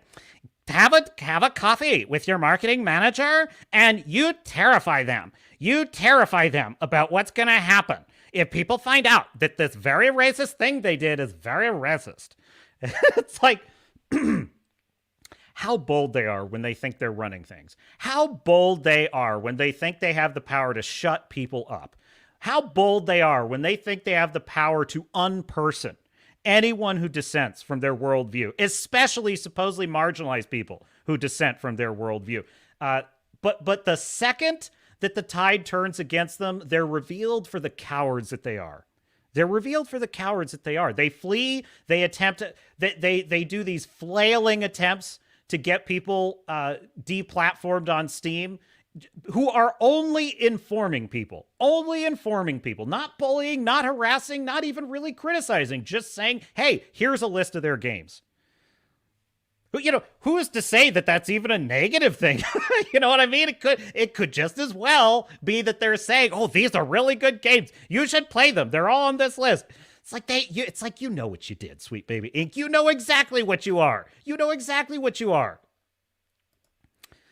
So Melodic Method says, much feelings, ma pet minorities, ma non-normal view on sexuality, no limits. Ultimate Kahuna says, or adjacent to, what the hell does that mean? Yeah, it's like, I also love how they speak in corporate gobbledygook. They're like, you need to have a sit down and you need to talk about the universality and how universality is not going to work. And it's just like, oh my God, this is why we get The Mandalorian season 3. I mean, I'm saying that this mentality, this corporate, committee, right? This is why we get such garbage dialogue. Like, I'm watching this movie, Damsel. I'm watching it, and it's just the most basic lines. Things like, I don't want to go marry this prince. I'm worried. You have to marry this prince. It's for the good of our family. And I'm just like, oh. They're just vomiting the exposition of the story, and it's like so boring. This is how corporate people. It's like a corporate email. That's what modern writing is like. It's a corporate email that I'm reading. So I was also thinking as I'm watching Damsel, right? Because I had just seen Dune Part 2, right? I just seen Dune Part 2, which is a film. Dune 1 and Dune 2, those are films made by adults, folks. They're made by adults. Adult professionals with adult ideas and actual talent and credentials to make a film. It's so amazing how good it feels to watch a film made by adult filmmakers. wait, hang on. I gotta be careful. That no, not adult, not to be confused with adult films. That's a different thing. So that's on the naughty list. No, I'm just kidding. So anyway. No, but they are just, they're not loons. They're not insane people making this crap and making crap. And so I watched Dune, where so much of the story lives in the visuals. So much of the story lives in the cinematography, the experience of being on this planet, of being with the Fremen and just like learning how to survive. And so much of the story is told. And I while I disagree with what Denis Villeneuve said, that like he hates all dialogue, I think, well, that's an overstatement. That doesn't really make any sense. But I understand kind of where he's coming from on that when he says that I think dialogue is the worst part of a film and I wish I could make a film without any. I think what he's getting at is we need to get back to showing, not telling. And so I'm watching this damsel movie, right? And I'm thinking, they have zero trust in the audience because they think the audience is stupid. That's number one. Number two, these really are bad writers. These are people that do not understand how to build suspense, how to build tension, how to build a story, right? And I just think about how Dune opens up with, you're in the desert. You're with Paul Atreides and his mother. They're on the run for survival. Now, if this had been in the hands of like the type of writers who did Damsel, right? For example, you would have had one quick shot of Paul and his mother, and they would have explained to each other the danger they're in and what's going to happen if they're captured. Then we would have cut away to the Harkonnens, and we would have had a bunch of quick exposition about what the Harkonnens are doing and what they're doing next. And then we would have cut over immediately to the Emperor and had a bunch of exposition. We wouldn't have had time for any of those scenes to breathe and unspool and let us get kind of stuck into those scenes. So what I noticed with Damsel is it's just this rapid fire. It's just like Rebel Moon. It's just like Rebel Moon. It's like narrate what's happening. Oh, dude, it starts with Millie Bobby Brown saying in voiceover, she's like, many stories are about a man rescuing a damsel. This is not that story. And I'm like, oh, fuck. Oh, God. It's like, this idea for a story could work. It really could. But they are so, you know what they're like? They're like the 2-year-old in the psychological experiment where you put a candy in front of them and you're like, now here's the deal. If you resist eating that candy, when I leave the room, I'm going to come back, and if the candy's still there, I'm going to give you 2 candies, right? And that's the bargain. If you can resist, and it shows that 2-year-olds lack impulse control, because what always happens? The kid eats the candy, right? The kid is not able to delay the gratification of eating the 1 candy in order to get 2. And they try, but they fail, right? This is what wokies are like. It's like, if you could just resist telling, just vomiting and downloading the NPC update on your audience, if you could just resist that impulse, and instead of telling them what you want them to know so that they're not bigots, and just let it be in the story, you could actually win them over, and you could actually have something that like pulls the audience in and they go on this journey and they see and they experience a damsel, right, who in this case is, survives and like it goes on this big adventure. And you know what your audience would not be thinking? They would not be thinking this was subversion of expectations and this was a story about a damsel who don't need no man. They would just be thinking, oh, what a cool character. It was fun seeing her survive all that. If you did this right, is what I'm saying. But they can't resist it. They can't put off getting 2 candies. They have to have the 1 candy first, which is, oh, I just told you right in the first line of the movie. This is about how the patriarchy sucks. Are you excited? It's like, oh, why are you spoiling your own stupid movie? You know what I mean? And so they immediately tell you that the theme of this movie is patriarchy sucks. Old stories about knights saving damsels suck. Screw you for liking them, you ugly cis white males. And then they move quickly into there's this really weird cold open about a king and these knights who are fighting a dragon. They're hunting a dragon. And it's like, this is what I mean when I say ChatGPT dialogue. The king is leading his knights in this formation, and he says, "Come with me, men, we will slay the dragon." Wow, that was Shakespeare. That was really good writing. Oh my God, that was so amazing. It's like, just say the obvious thing, which is going to happen. So then these knights go into this dragon cave, and the king. This is these idiots' idea of like tactics, right? Is form a line, men, form a line. And so the knights form this line, and they've got all their shields, and I'm like, what the hell is that gonna do? There's a giant dragon like lurking in the darkness of this cave. And what does he do? He just lines up his knights so that they're in a neat little formation. What do you think happens next, chat? The very next thing that happens is a giant ball of fire just kills them all, burns them all, melts them, just melts all of his men. And the king has the audacity to be shocked by this. He's like, oh my God, Whoa, how could you fight such power? Well, it's a dragon. It's a dragon. What did you think was going to happen, Your Majesty? I'm like, these are stupid people that write this shit. And so then what does he say? He says his next order to his men, which is just as bad as the first, is stand fast, men, stand fast. And I'm like, oh, great, that's going to go great for you. And so then the dragon comes out and he just starts shredding all of his men, kills them all. Now it's just the king. It's just the king. And he's looking up at the dragon. And he's like, oh no. And he plunges his sword into a rock. Folks, do these idiots understand how swords work? Like, he stabs his sword into a stone. How? Like, how does that work? Like, yes, if it were dirt, I could understand that. But he plunges his sword into a stone, okay. And then he waits for the end.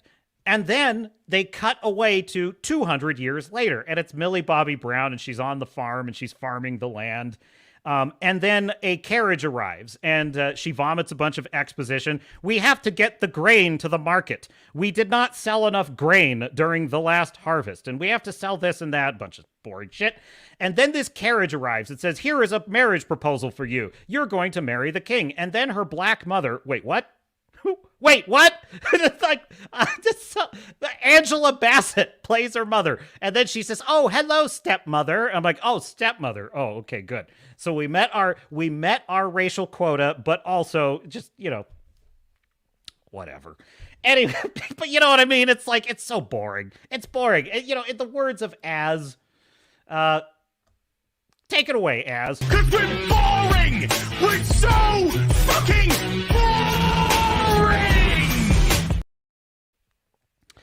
So her father then says, well, this marriage proposal is very good for our family, and you're going to marry this prince and live in luxury, and it's going to be great. And then they're on a ship. And by the way, after the king, ready for the end, it says 200 years later. And I'm thinking, now, what is the point? What is the point of that cold open? I didn't actually establish anything. All it did was show a king get all of his guys massacred by a dragon, and that's it. It didn't establish anything about the lore. It wasn't interesting. It wasn't fun to watch. This is exactly like Avatar: The Last Airbender live action. It was the same deal. It's like we open on this guy running from assassins, a bunch of fire, and the bad guy narrates all of his evil plans, and then off we go. And I'm like, but what's the point of that? It didn't get me invested.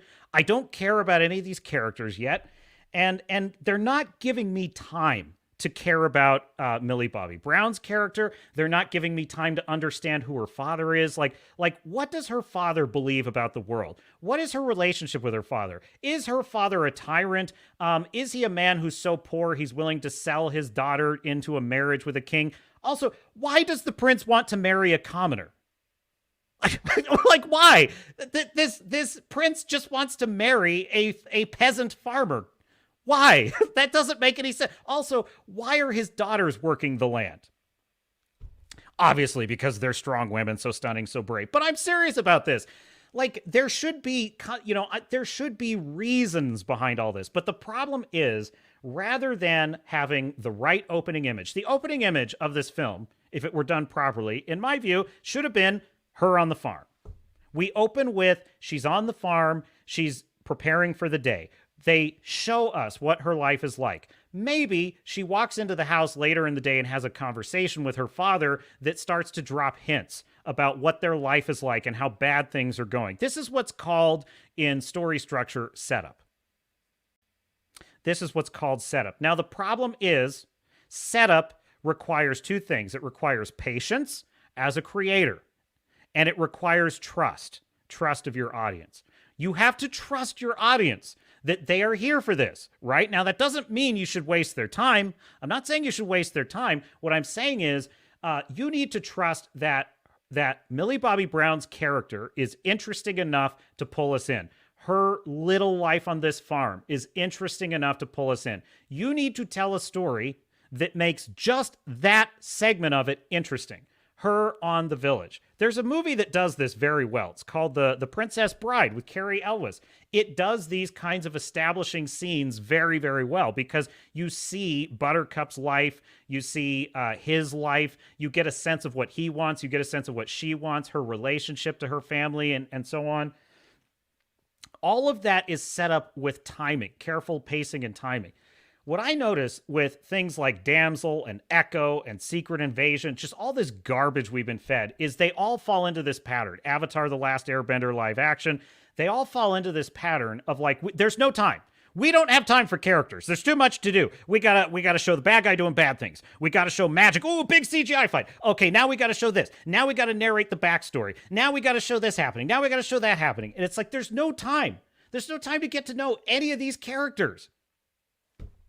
And that's because these are stupid people that write this shit. Stupid people, folks.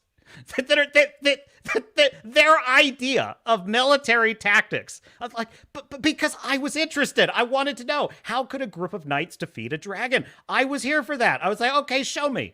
And what did they... Oh, line up, men.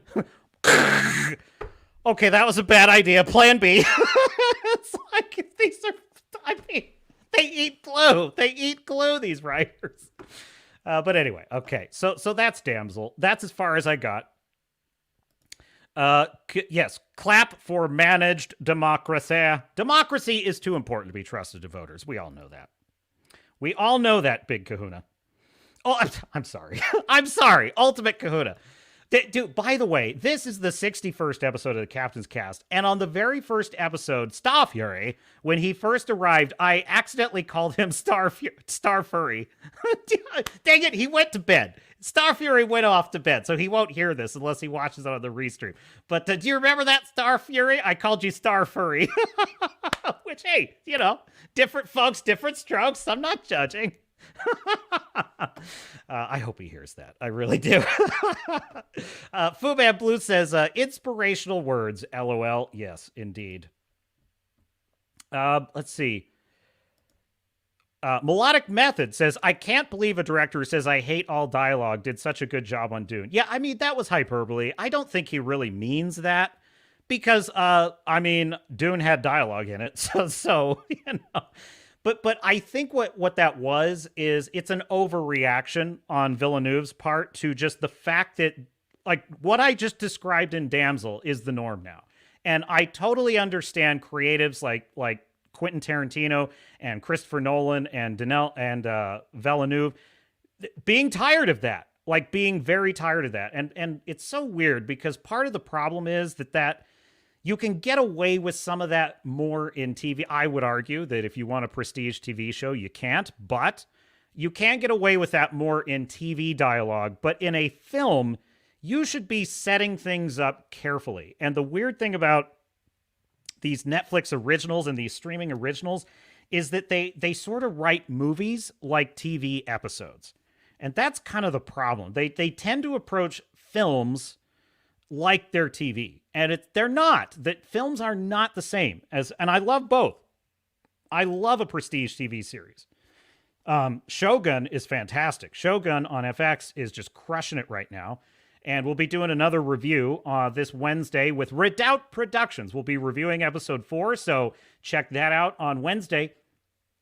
But basically, you know, to do prestige TV right, I think you also have to have that setup and that care, but you can get away with more of that expository dialogue. So there you have it. Ultimate Kahuna says, dost thou... Yes, well, there you go. There's a Neutron Pack. Welcome to the chat, ahoy, and welcome aboard. The dragon looks great, and the ending makes sense. Well, okay, fair enough. If you like the film, you like it. All I will tell you is... well, let's see. You were saying the dragon looks... Well, it did. I don't deny that. I thought the costumes in the beginning of the film looked great. The armor, the knights, they all looked really cool. I like the swords. Actually, it is a mostly pretty good-looking film. And they had my attention. They had my attention.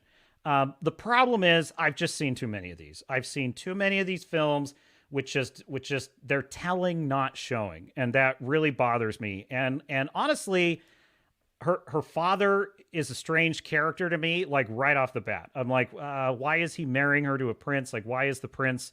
And I understand that there are motives revealed later, but what I'm saying is the film is not doing the work to establish the right setup, because I feel no emotional investment in these characters. And so my objection to the dragon scene in particular is not that the dragon looked bad, the dragon looked great. My objection is it's a stupid scene. It's stupid. Like, they line up in a neat little row so the dragon can just roast them alive. Like, what's the point of that? I don't need to see that. I don't need to see idiots walking into a buzzsaw. That's not what I enjoy in a film. It just isn't. So no disrespect, Neutron Pack. I'm not throwing shade at you. I'm just saying that's how I feel about, that's how I felt about it. So Fu Man Blue says, good to see a melodic method. And I agree. Melodic method says, I love when the prince tosses the chick off the bridge. Amazing. You know what? Maybe I'll watch the rest of it. I'll give you some more of my thoughts on it if you like. But speaking of Dune, like, so I did not get to see it last week, but finally I managed to get to a theater, got to see Dune Part 2. I did not get the Dune, pleasure popcorn bucket, unfortunately. So that is a big loss, and I regret that deeply. However, that's the weirdest popcorn bucket of all time. But the reaction I had when I saw the first film, back when the first film came out, this was in the era of like the Eternals. This was in like the lockdown era was just kind of coming to an end, and you basically had nothing to watch in the theater. There was no good movies coming out. And I would say that was when I was starting to like really lose interest in the Marvel Cinematic Universe. I was like, I just, I don't quite get where they're going with this. Shang-Chi was okay, but like, I don't, it just wasn't that great. And I was getting kind of tired of what I now describe as these tropes of like telling, not showing, bloated CGI scenes and volume. I start watching Dune in the theater, and immediately I'm like, oh wow, I remember this feeling. This is the feeling you have when you're watching a film, right? This is a film. What do I mean by that? Well, I mean that, like, yeah, obviously The Marvels is a film, technically speaking, but what I mean is that filmmaking specifically, you're telling a story with multiple art forms together. It's not just writing. There's writing, but then there's cinematography, and there's editing, and there's acting, and there's all these things that come together to form a whole. And the best directors have a singular vision, and they lead talented people to bring that vision together. And so, and you have to have that. You have to have that singular vision. This is why Christopher Nolan is so brilliant. This is why Villeneuve is so brilliant.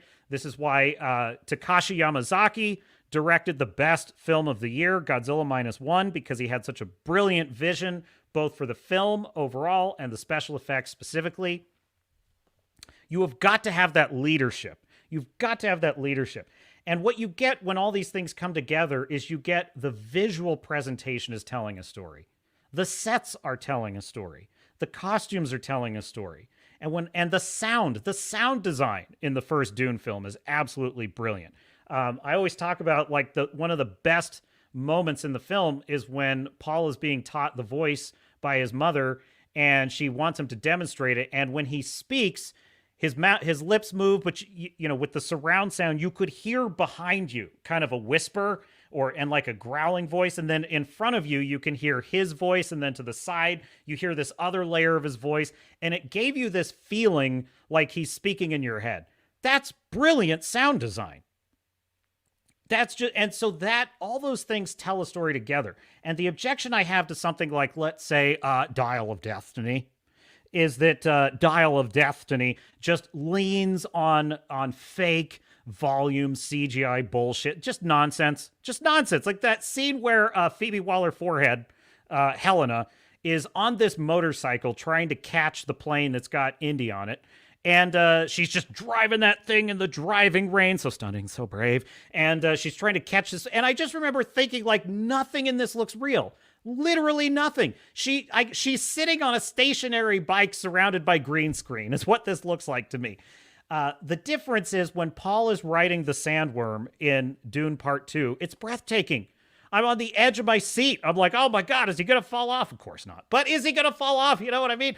And so that's the difference. And that's what great filmmaking can do. It combines all those elements. A cinematic presentation, as Fu Man Blue puts it. So I love the first Dune film. I haven't read the books, so I don't know a lot about the lore. And I actually did mean to. Comic Book Girl 19 is like a major Dune head, and I meant to look up some of her videos because it's like I need to get her thoughts on the lore and the comparison between the books and the film. So I don't know what they changed or didn't change. I'm completely in the dark about that. All I can tell you is how I felt about the presentation of the story in the film. And, it's interesting. This film has flaws. That would be part 2. It definitely has flaws. I'm tempted to give it a 10 out of 10 anyway, because when I left the theater, I remember feeling like, wow, I just went on an adventure, like to another world. And I feel like I've come back from that place. And always the best movies give me that feeling. And that's rare. It's not a lot of movies that give me that feeling. It's pretty much, there's maybe one a year, if that gives me that feeling.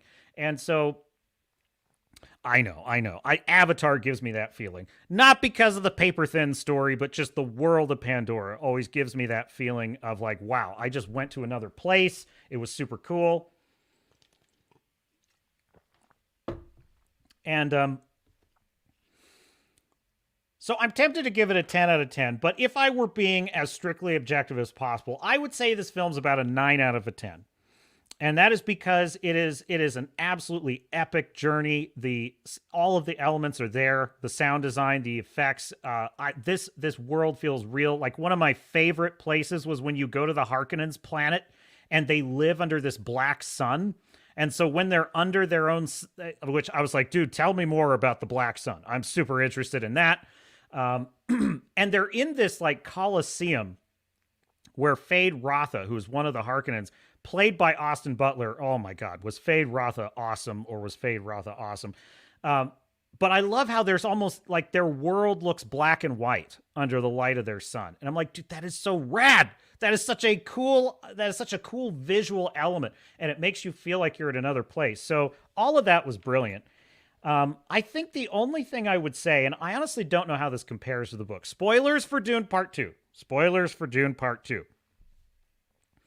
But what I would say is it disappointed me a little that Paul Atreides is not quite the hero that I sort of thought he was. And I'm not saying that as, like, I don't consider that a bad thing. It's more about my own personal experience of the character. I kind of was hoping, I was kind of in for a movie about the classic Epic of Gilgamesh hero's journey. And I wouldn't say it, he's going down a dark path at the end of the film is basically where it's left. I kind of love it, though. I kind of love it.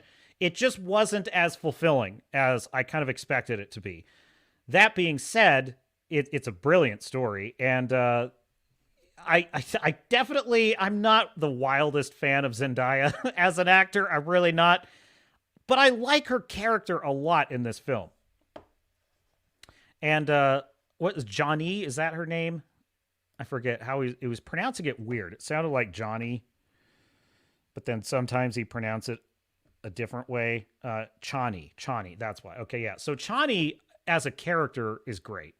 What's interesting about her is that you're kind of seeing Paul's rise through her eyes. And so she has the kind of dim view of what he's becoming. And I do love how Paul is caught between these two worlds, the world of duty and the world of love. So I love how on the one hand, he's fighting in the trenches with the Fremen. He goes on this adventure with her, and together they have this passionate adventure romance fighting, the evil Harkonnens together, and it forges this bond between them. But then he's faced with a choice between this great, powerful destiny and his desire and his love for her. And he chooses destiny. He chooses duty. And she's left out in the cold. And I thought that was a fantastic closing image of the film, where she's summoning the sandworm and she's just going out on her own. And it was heartbreaking. It was just a heartbreaking scene because it's like, I just miss that. I just miss adventure tales with romance and battles against tyranny. It's just fantastic. I love that stuff. And so I guess what I'm saying is, while I personally wanted to see Paul choose love, choose the Fremen, choose that side, I don't think it's a bad thing that he chose the other. It's a great story because it's bittersweet, it's tragic. It leaves you wondering, what kind of man is he really? Like, what is he going to become? He's launching this war to take over the Empire. It's fantastic. Absolutely. It's the movie is brilliant. It has, you know, what's so funny too, is like a lot of fans have gotten really sick of what I call MCU humor, which is these dumb jokes that, frankly, creatives who don't like nerd culture and don't like nerd things like comic books and Star Trek and so forth, they put these jokes into movies to diffuse what they consider boring nerd shit, right? So my classic example is in the Halo, that garbage Halo show, where Master Chief is about to explain how faster than light travel works, and shaved girl boss says, boring, shut up, you're boring. And I'm like, oh, great. Thanks for self-inserting what you think of the nerd audience right there. But this is what I'm talking about when we're talking about MCU humor. It undermines the tension. It's annoying. It's constant. It is purely to feed the stupid algorithm of what they think they think their stupid audience. That's how they think of their audience. They think they're stupid. And so they have to feed them this humor to keep them invested. And it's interesting to watch a film like Dune where there's humor in it, but it fits within the world and it's grounded and it's serious, because there's this brilliant moment where Paul is he's basically learning to ride a sandworm, and Javier Bardem's character, Stilgar, who believes he's the savior, has taught him how to ride a sandworm, and this is it. This is the moment of truth. He's going to call the sandworm, he's going to ride it. And Stilgar kind of gives him this like, okay, just remember what I taught you, and don't fail. Don't fail, because if you fail, I will be embarrassed. And he's like, don't worry, I'm not going to fail. I'm going to do this. He's like, okay, good.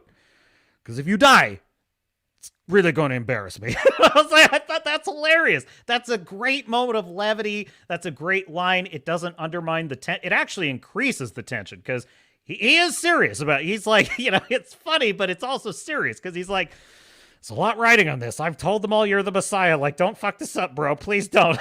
And it's like, now that's how you do humor. That's how you do humor in a science fiction genre piece. You do it in a way that fits within the world, that honors it. Phase 1, 2, and 3 of the Marvel Cinematic Universe was mostly pretty good at that. Was mostly pretty good at doing humor that fit the world, that did not undermine the tension.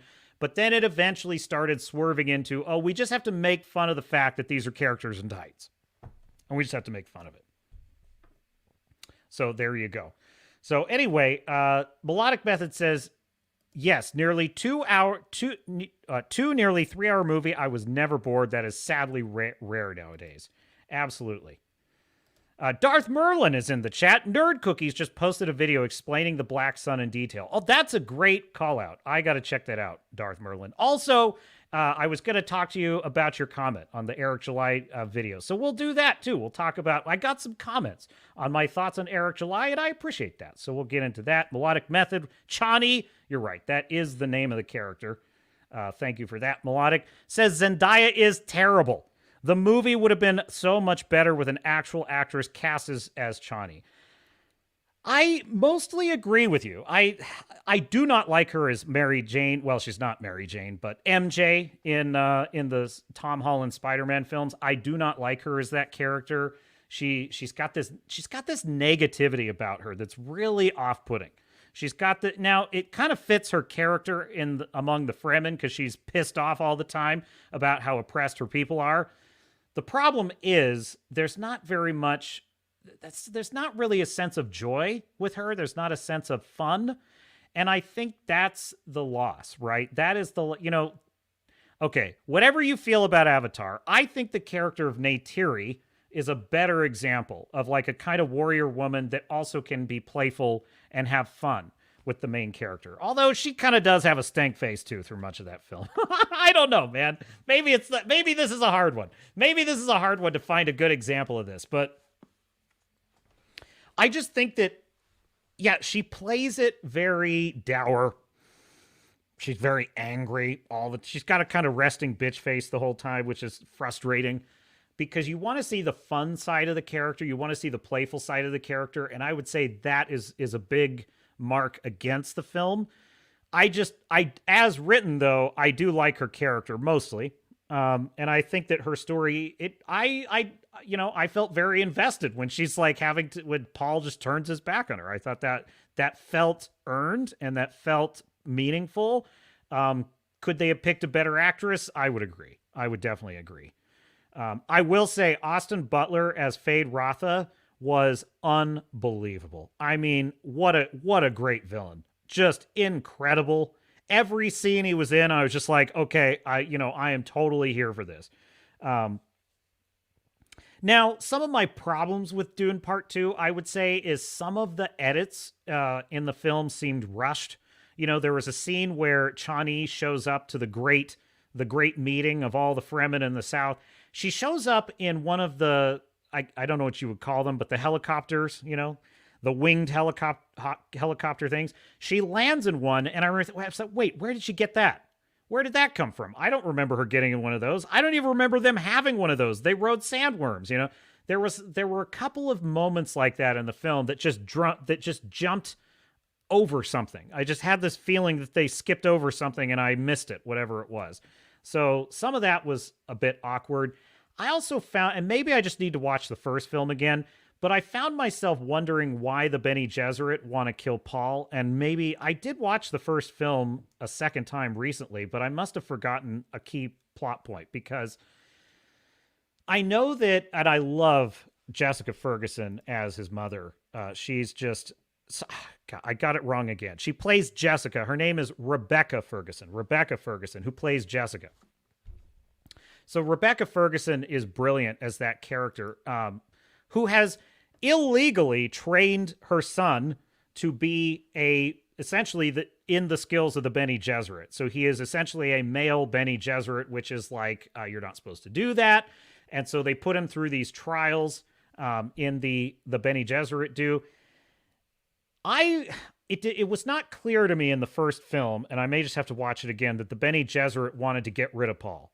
Because in the film, they're like, we gotta get Fade Rotha as our new guy and have him off Paul so that we can have the one we want that we can control.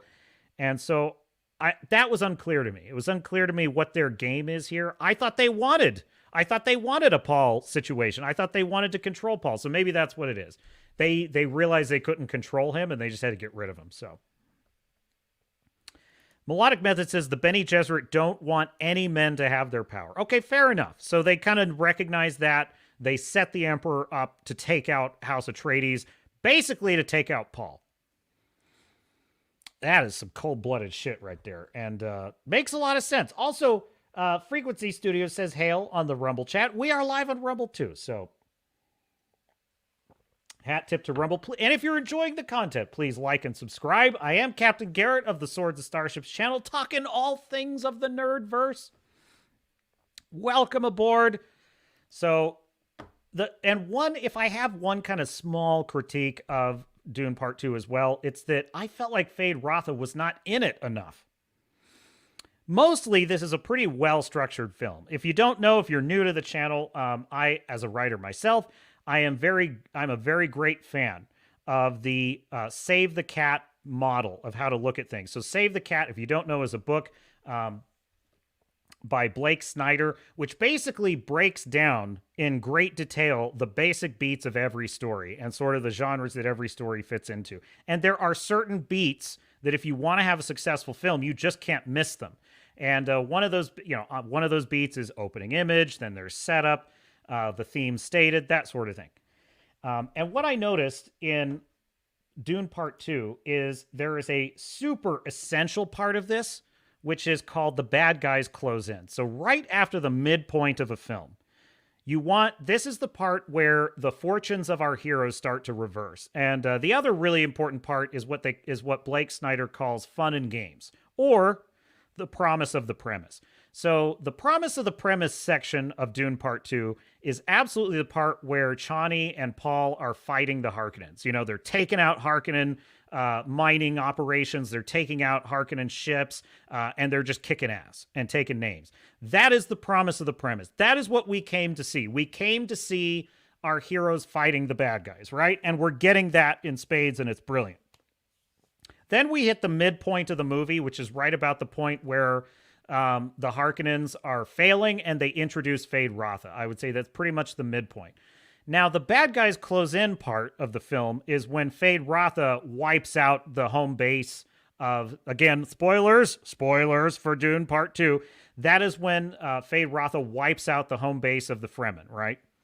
The problem I have is that it's very short and there's not a lot of build-up to it. It sort of happens, and then kind of almost the very next time that we really see a major conflict with Fade Rotha, it's Paul versus Fade Rotha fighting in the Emperor's court, which is great because that's the final part of the film, and, you know, that's the denouement, that's where we get to the most important climactic beats.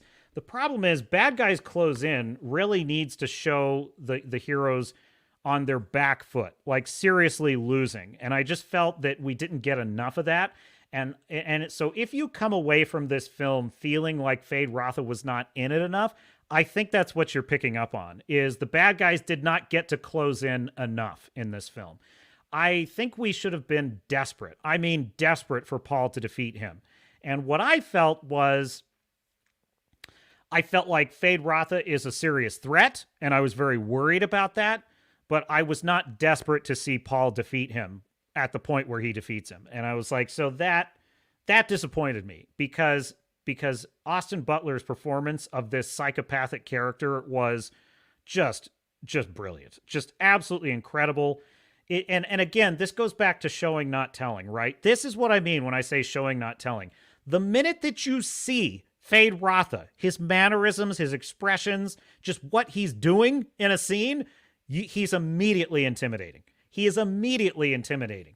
You get the sense that this is someone who is a match for Paul Atreides. And that's frightening because we know that Paul Atreides is brilliant. He's cunning. He knows how to fight this amazing guerrilla warfare. But now he's up against someone seriously dangerous and sadistic, right? So I hate to see a character like that go to waste. You know, a character that he doesn't even have to speak for us to get a sense of how malevolent and how dangerous he is. This is what bad writers and woke writers, quite frankly, are not good at. They're not good at writing characters that show you who they are rather than telling you. So, although they do have several expository lines that he's a psychopath. Yeah, exactly. So they've got that. Just checking on the Discord. We do have a Discord, by the way. The link is in the description. Join the chat if you like. Super fun. And yours truly is an Iron Age creator. I don't just critique stories and films. I actually have written one. And so we're going to talk. So that is essentially my thoughts on Dune 2. Brilliant film. Breathtaking.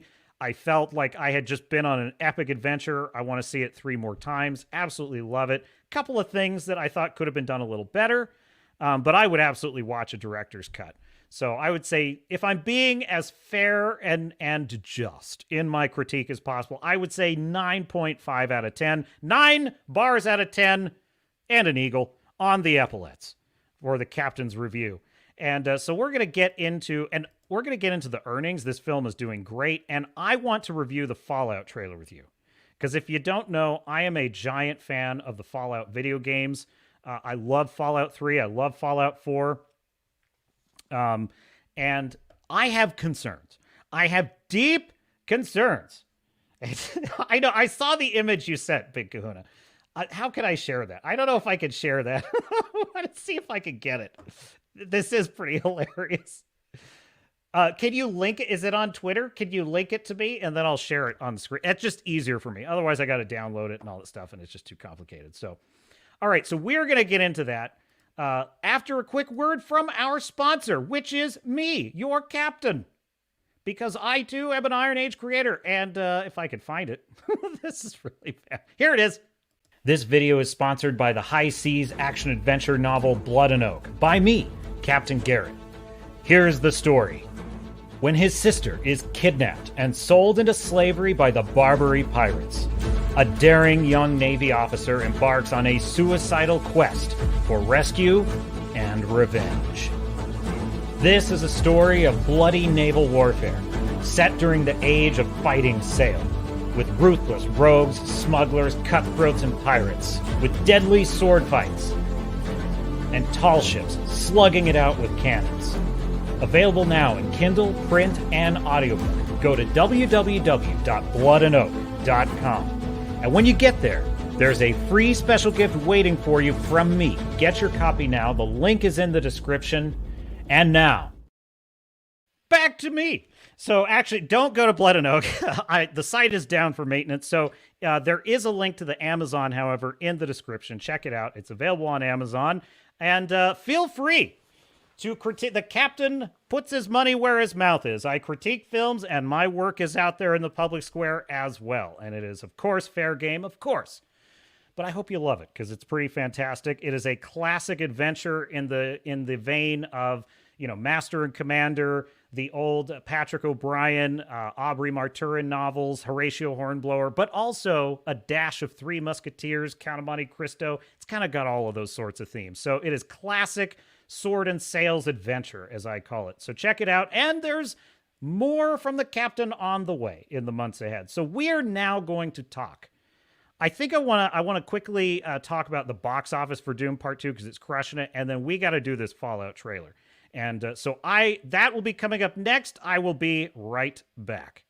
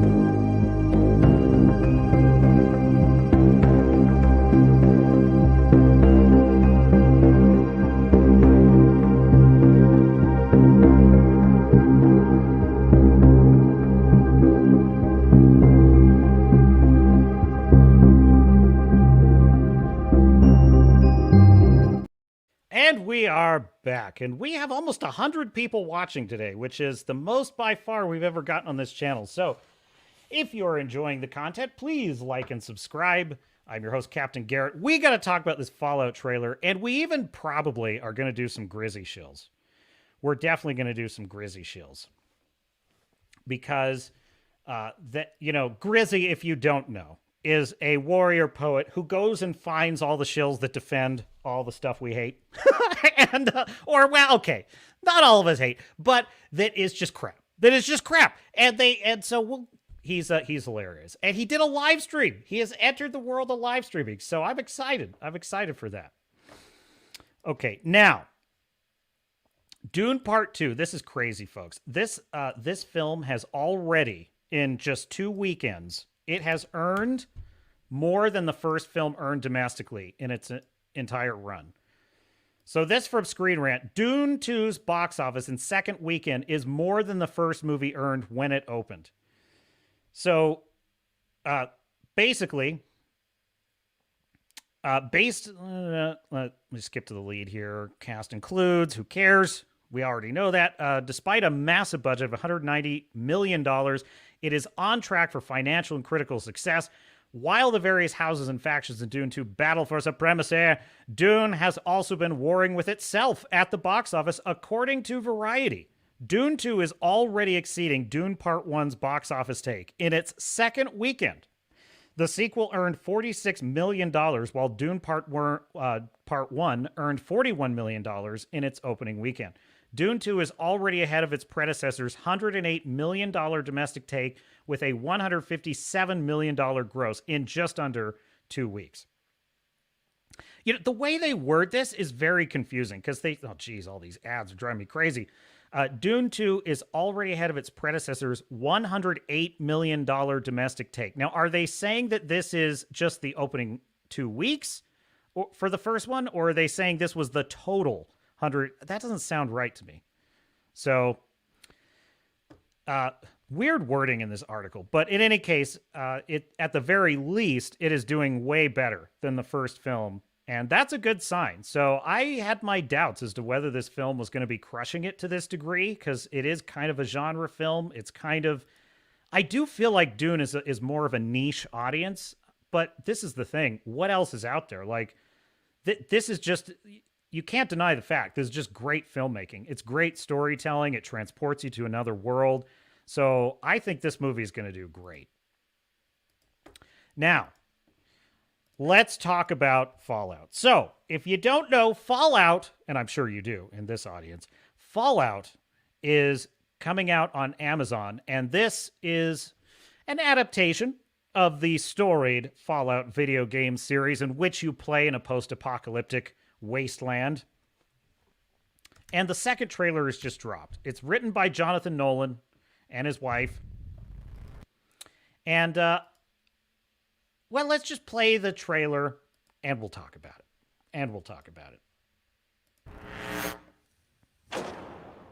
Hello there. I'm here to show you a wonderful place. A veritable Camelot, the nuclear age. Not made by God Almighty, but the working man. You can be a hero by purchasing a residence in a Vault-Tec vault today. Because if the worst should happen tomorrow, the world is going to need you to build a better day after.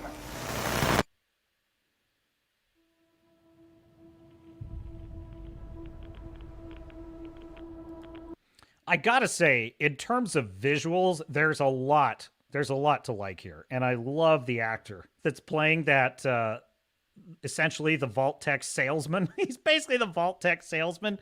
What is it? Fallout. Let me find... What's the name of this actor? Because he's fantastic. He's a great character actor. He's in a lot of parts like this. Yeah, Walton Goggins. So he's going to play the ghoul. All right, here we go. Roll tape.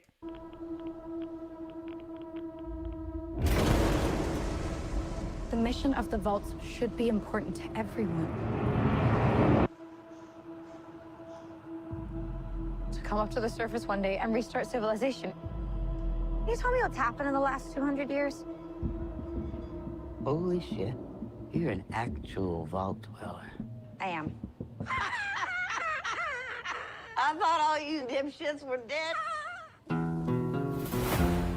I can't decide whether I love or hate that moment. I really can't, because like one half of me is like, well, that's actually pretty hilarious. It shows the cynicism of the wasteland and just how awful it is. But on the other hand, this gives me the feelings of like MCU humor. So I'm kind of on the fence about it. What you're doing is insane. I don't accept the world. It isn't like the vault out there. It's big. I just want to start. I've had a rough week. Practically every person I've met up here has tried to kill me. I'm simply going to harvest your organs. You need to go home. You come from a world of rules, of laws. You should not be alone.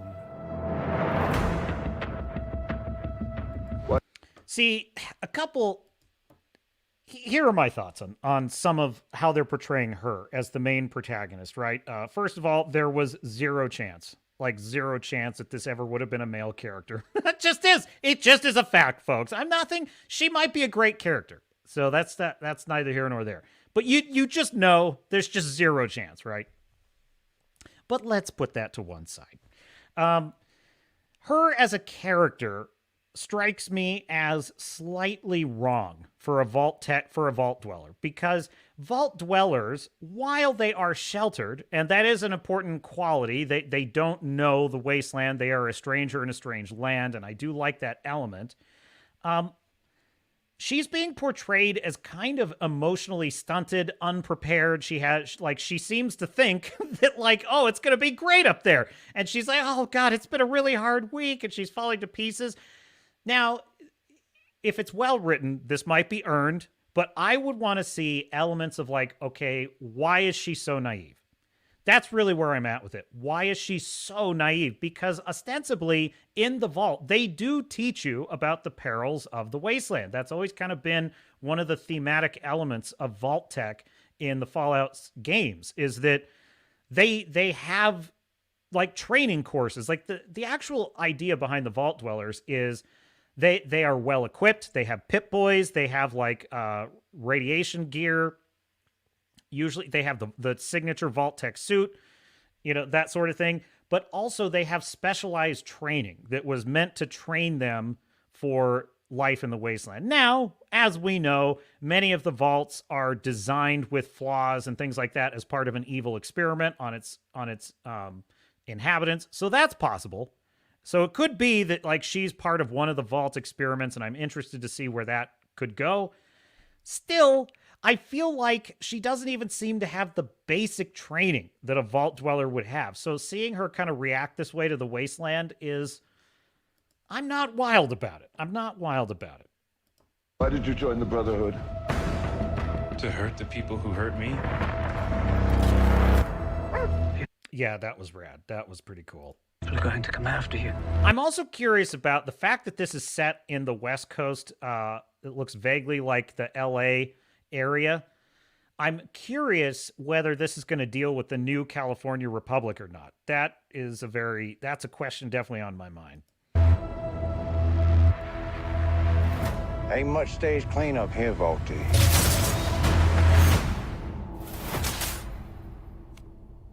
Well, now that is a very small drop in a very, very large bucket of drugs. That's a pretty good line. Look out at this wasteland. Looks like chaos.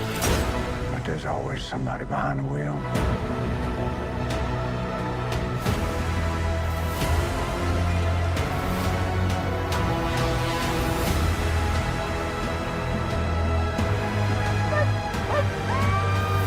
What is happening here?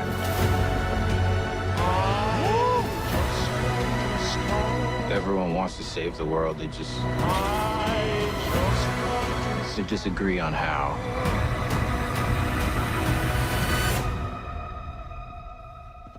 There you are, you little killer.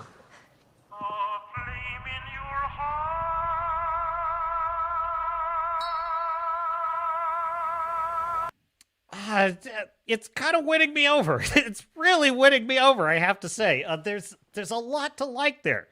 I did feel like the first trailer had a really obnoxious shot of all the power armor sort of in a row, and it just gave me those feelings of Kurtzman Trek when they just copy paste all the starships and they all look the same, and I was like, that worried me. But that trailer actually was much better because it did have, they fairly nailed all of the visuals of the world, like the stim packs, the bobbleheads.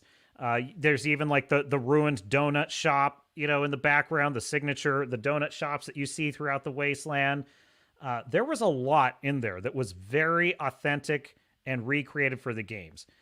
One of the things about a lot of these trash fires that we talk about on this channel is that even though they may have bad stories and bad acting, such as Ahsoka, they look good. They often look really good. that's what worries me. It's like, yeah, it all looks good, but what is the story? Like, there's an interesting thing that's easy to kind of miss in that trailer, which is that even though a lot of the world looks good, I actually think Goggins' like ghoul character is pretty interesting. He's kind of the most interesting element in that trailer. I also thought the Brotherhood of Steel guy was kind of interesting because he's like, I want to hurt the people that hurt me. Okay, that's pretty interesting. Do you notice that, like, she kind of doesn't have any character in this trailer? What does she want? Why is she out there? What is she after? There's no sense of what her story is. And that is kind of a red flag to me, because maybe they're playing it close to the vest because there's kind of something surprising that kicks her out of the vault. I don't know. But it would have been nice to have some sense of, like, what is the quest she's on? Why is she out there? What is she trying to do? The only sense I get is that she's just trying not to die. She's just trying not to die, which is an understandable goal if you live in the wasteland, but it's a bit thin as the story goes. So, yeah, it's really weird. StreamYard is telling me I've got like 99 watching, and YouTube is telling me I've got 7. So there you go. I don't know what's true and what isn't. But in any case, regardless of how many, anyone who's here, you're welcome here, and I'm glad to have you. Glad to have you. So Ultimate Kahuna says, you sent, the image on Discord. Let me see if I can grab that. Hang on. I could probably grab that. Download. Can I? Oh, you sent me a link. Cool. All right, there you go.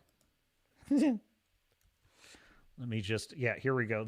We have a new released image of what the latest Lara Croft is going to look like. Nope, wrong one. Hang on. Wrong link. Copy. Where did it go? I'm sorry. Delay of game. Delay of game. Got to grab that link one more time. Let's just do this. Okay, here we go. New share. Share screen. The new Tomb Raider, ladies and gentlemen. There she is. Isn't she beautiful? It's a Sweet Baby Ink edition. That's pretty hilarious. There you go. That's the Sweet Baby Ink new and improved Lara Croft. You probably just had to say to the AI, like, just give me Sweet Baby Ink. Does Lara Croft. That's like a Google Gemini image. Yeah, show me Lara Croft, Google Gemini. That's basically what you get. That's basically what you get. So there you have it. All right, what do we have next in the stack of stuff? So, you know what? Maybe I'll cover this next, because on the last stream, I was talking about how, we had, well, it wasn't on the last, it was in a video I posted on a recent stream in which we were talking about Eric July and the Ripiverse. And there was a commenter on the Geeks and Gamers website who basically took him to task and said he's a terrible businessman, made $3.7 million, but that's neither here nor there. And he's a really bad entrepreneur. And I got some comments on the video, so I thought I would take a look at them and respond, because interestingly enough, I got a fair amount of disagreement on that video. So I want to address it. So let me find the comment section, which I have right here. I'm surprised I got a fair amount of views on this video too. So 41 comments. Well, the comment section has grown. So here we go, folks. We're doing it live. So Darth Merlin, if you're still out there, your comment is on tap. So I would say most are kind of in agreement. Eric has no experience making comments, says Bion Geek. We all have to start somewhere. If needing prior experience is the requirement to write your first comic, then how on earth do we have writers to begin with? And that's pretty much where I'm at, right? Now, here's the deal. Anyone who wants to criticize Ripiverse for really anything, I think that's fair. I don't really have any serious objection except to the woke wackos who want to deplatform him, who want to lie and defame. Like if you want to criticize someone, that's fair enough. But if you're going to lie about someone and attempt to destroy them, try and get them involved in lawsuits and shit like that, well, that's wacko lunatic shit. And I got no time for that. So don't misunderstand. Anyone that has fair critiques of Eric July, I have no issue with. So. Tanada1969 said, I'm tired of all the jealous people out there ragging on Eric for doing what he's doing. If these haters can outperform Eric, then show your work and show the numbers. Name me 3 companies that Eric July is suppressing and blocking in the indie scene, and show me how he is succeeding in doing so. And I fairly agree with that. There's nothing he's doing that's stopping anyone. So let me get to... Darth Merlin, though, had a pretty interesting point. So here's Darth Merlin. Serious question. What was Eric's business plan? Literally anyone with $200,000 and millions of viewers could do what Eric did. Sure, he came out of the gate pretty strong, but he's had steadily diminishing returns ever since, despite hiring comic giants like Chuck Dixon and Mike Barron. Let me just pause there. Let me just take the first question, right? Serious question, and I will take it in that spirit. Serious question. Okay, fair enough. What was Eric's business plan? I don't know. I don't know what his business plan was. I don't know if he made one. I would say it's a good idea to have a business plan. I would say that in the same way, it's good to have an outline. If you're going to write something, if you're going to write a novel, it's good to have an outline. Here's the problem. A lot of people spend their whole life planning and they don't spend a lot of time doing. And there is an old expression called in sort of the writing space, which goes publish or perish. So if you have it on your mind to do something, if there's something you want to do, it's good to have a plan. It's bad to spend all your time planning. The best thing you can do is just get started. So look, I don't know what his business plan is. Do I think he launched without a plan? No. I think he launched knowing exactly what he wanted to do. I actually think one of the things about Eric July that's pretty impressive, whether or not he always is correct in his decisions, he's decisive. He's decisive. He takes action. He has a clear plan. I actually think the way he executed, he built his own website. He ran his own website. He hired people to work on the website. Folks, that is a skill. That is a serious skill. It's not easy to run a business. Anyone with money and followers can start a business, but to actually go through a process of hiring, building, leasing warehouse space, order fulfillment. It didn't go off without a hitch. He had some issues, but compared to most first-time business people, it was absolutely incredible. All the deliveries got out. Everything that was promised was delivered. Issues that arose were handled. His customer service department in the early days of the campaign were kind of slow to respond. He expanded the team, and then the response time increased.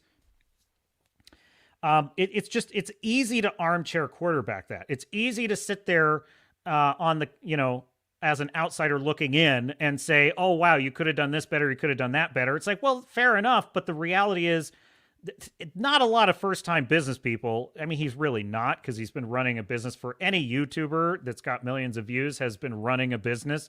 But that's a lot of skill. That's a lot of skill to go into hiring. And I don't think people fully appreciate, being an employee is such a different thing than being an employer. Because when you're an employee, you get your paycheck, your taxes are deducted for you.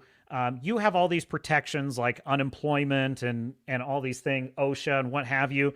When you are an employer, you are expected to pay your taxes. You're expected to pay your employees. And if you don't have enough money to pay yourself or even to make a profit, too bad. Too bad. And there's nobody that's going to come and bail your ass out either. If your business goes under, it goes under. And that's just how it is. So it takes a lot of skill and it takes a lot of leadership. And is he perfect at it? No. But I don't think he could have executed anything that well without a plan. So I would say that is my response to that. So what was his business plan?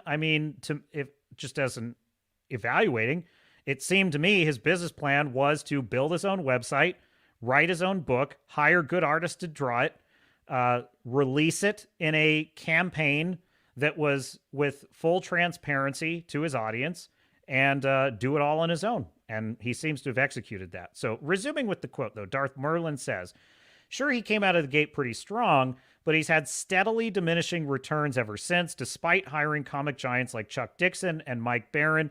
Everyone in our space was fully behind Eric when he promoted the first ISOM, but his support has lessened over time due to him being, quote, a thin-skinned jerk who refuses to take any criticism, gets into legal trouble because he doesn't know how to use Google, keeps an enemies list, and clearly does not know or care about comics, let alone good ones. So this is where there's a lot to unpack there. So steadily diminishing returns. Well, I don't think necessarily that means that his business is going under. I mean, it is. I absolutely agree that the success of the first campaign was all goodwill. That was all belief, right? And by the way, that's legitimate. That is absolutely legitimate. Everyone that invested in Eric, including me, were basically saying, we've never read your work. We don't know what the book is going to be like, but this is an act of faith. We're supporting you because, the mission of Rippaverse is something sorely needed in our space. So yes, the first campaign was built on that. His second campaign still exceeded the millions in sales. So to me, that does not indicate that his business is going under. But that being said, the market will decide. The market will decide whether his comics are continuing to gain a following or not. I don't think it's ever going to be a straight path to success. It just never is. And I think that as a writer and a creative, Eric is finding his stride. What I think is a very positive sign is that he's expanding, he's bringing in new people, and he's working on it. He's increasing he's increasing the world, he's increasing the space, and that is not always going to result in an immediate return. There's a kind of way of looking at business. A lot of business is a planting season, and then there's a season for harvest. The reality is that Rippaverse was in a very generous planting season, this is his first book, his second book, his first spinoff, his second spinoff. He's in the very early stages of building an entirely new avenue of comic publishing from scratch in an industry that's dying. Okay? That is a monumentally difficult task. So he is in a season of planting. You do not plant all your seeds and then complain when there's no crops yet. It's going to take time for things to come to fruition. So from where I'm sitting, I think the second book was better than the first. I think Isom is being more fleshed out as a character, and I'm enjoying that. And if there's anything working against Eric, what I would say it is the time between releases, which is understandable because he's balancing so many things. But I would say if he could shorten the time between ISOM releases, that would be good, because I think that what we need is to get to know this character. And the main issue that I see is that we're getting to know Isom, but at a very slow pace, and that's just because of the time between releases. So I do think that's working against him, and I think it's very wise that he's expanding his team, because that will help him deliver faster. And he really does need to do that, because we need to get invested in the character. So I would say that's working against him somewhat, but that is also, in my view, to be expected. So now on to your next point. But his support has lessened over time due to him being a thin-skinned jerk. Well, I don't agree with that.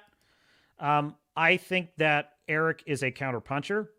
I think he has endured a hell of a lot of withering, just awful attempts at defamation.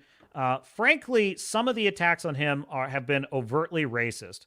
And I never hear him even complaining about that, which is more than I can say for a Wookiee.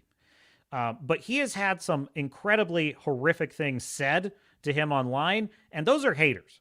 Those are bad faith actors. They just hate his success. They're jealous. They're miserable, resentful, bitter people. I do not blame him for striking back. Eric July he's an alpha male, okay? He's an alpha male. He's not going to allow someone to disrespect and threaten his business without a reply. He just isn't. He's entitled to that. Now, is it what you or I would do? Maybe, maybe not. But that's his business. And I don't consider that being a jerk when he has jerks attacking him. You know what I'm saying? He's acting in self-defense. Now, if you're saying that he's been thin-skinned toward his supporters who are acting in good faith and just criticizing, maybe. I haven't seen that. So I would have to see something that convinced me that he was not reacting well. I mean, I literally tweeted my own review of his work at him on Twitter, and he liked the tweet, or at least his account did. And I was not all positive in that review. So I don't know that I agree. I don't agree that he's being a thin-skinned jerk. I think that we have been way too polite. We have been way too polite to woke, wacko lunatics. We have allowed them, because we are nice, civilized people, to get away with, in culturally speaking, murder. We have allowed them to get away with cultural murder. Okay. Eric July ain't gonna stand for that. And neither should we. And we're not, by the way. We have had it. We have had it with these wackos, that just want to deplatform everyone. We've had it with them. And so is he. And I love it. And by the way, it's great entertainment. So now this I very strongly, I feel this is a very unfair point that you're making here, Darth Melvin. You say he gets into legal trouble because he doesn't know how to use Google. I assume you're referring to the name rights issues over the word ISOM, which is also an acronym that refers to a church community. So that, let's see, you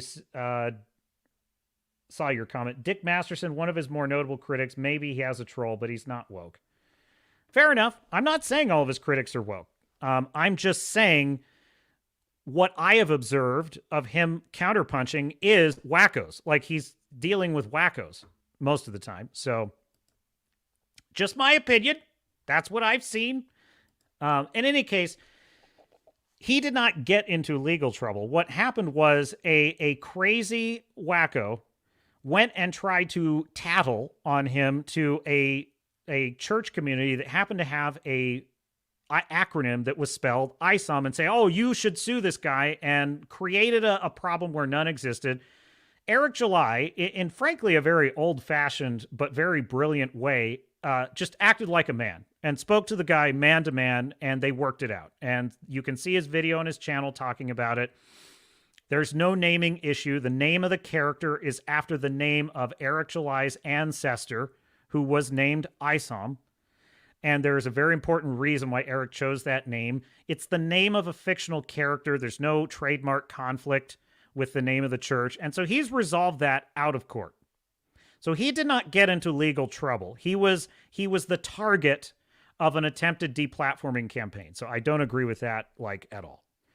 As far as he keeps an enemies list, well, so do I, sir. So do I. I have an enemies list. You know who my enemies are? Totalitarians. They're my enemies. They're yours too, whether you believe it or not. So my enemies are Sweet Baby Inc. They're my enemy. The media, they are our enemies. They are our enemies. They're liars. They're proponents of propaganda. They are collaborators with state tyranny. So they're my enemies. And you should know who your enemies are. Because whether you do or don't, they know who you are. They know who you are. The woke totalitarians, they are our enemies.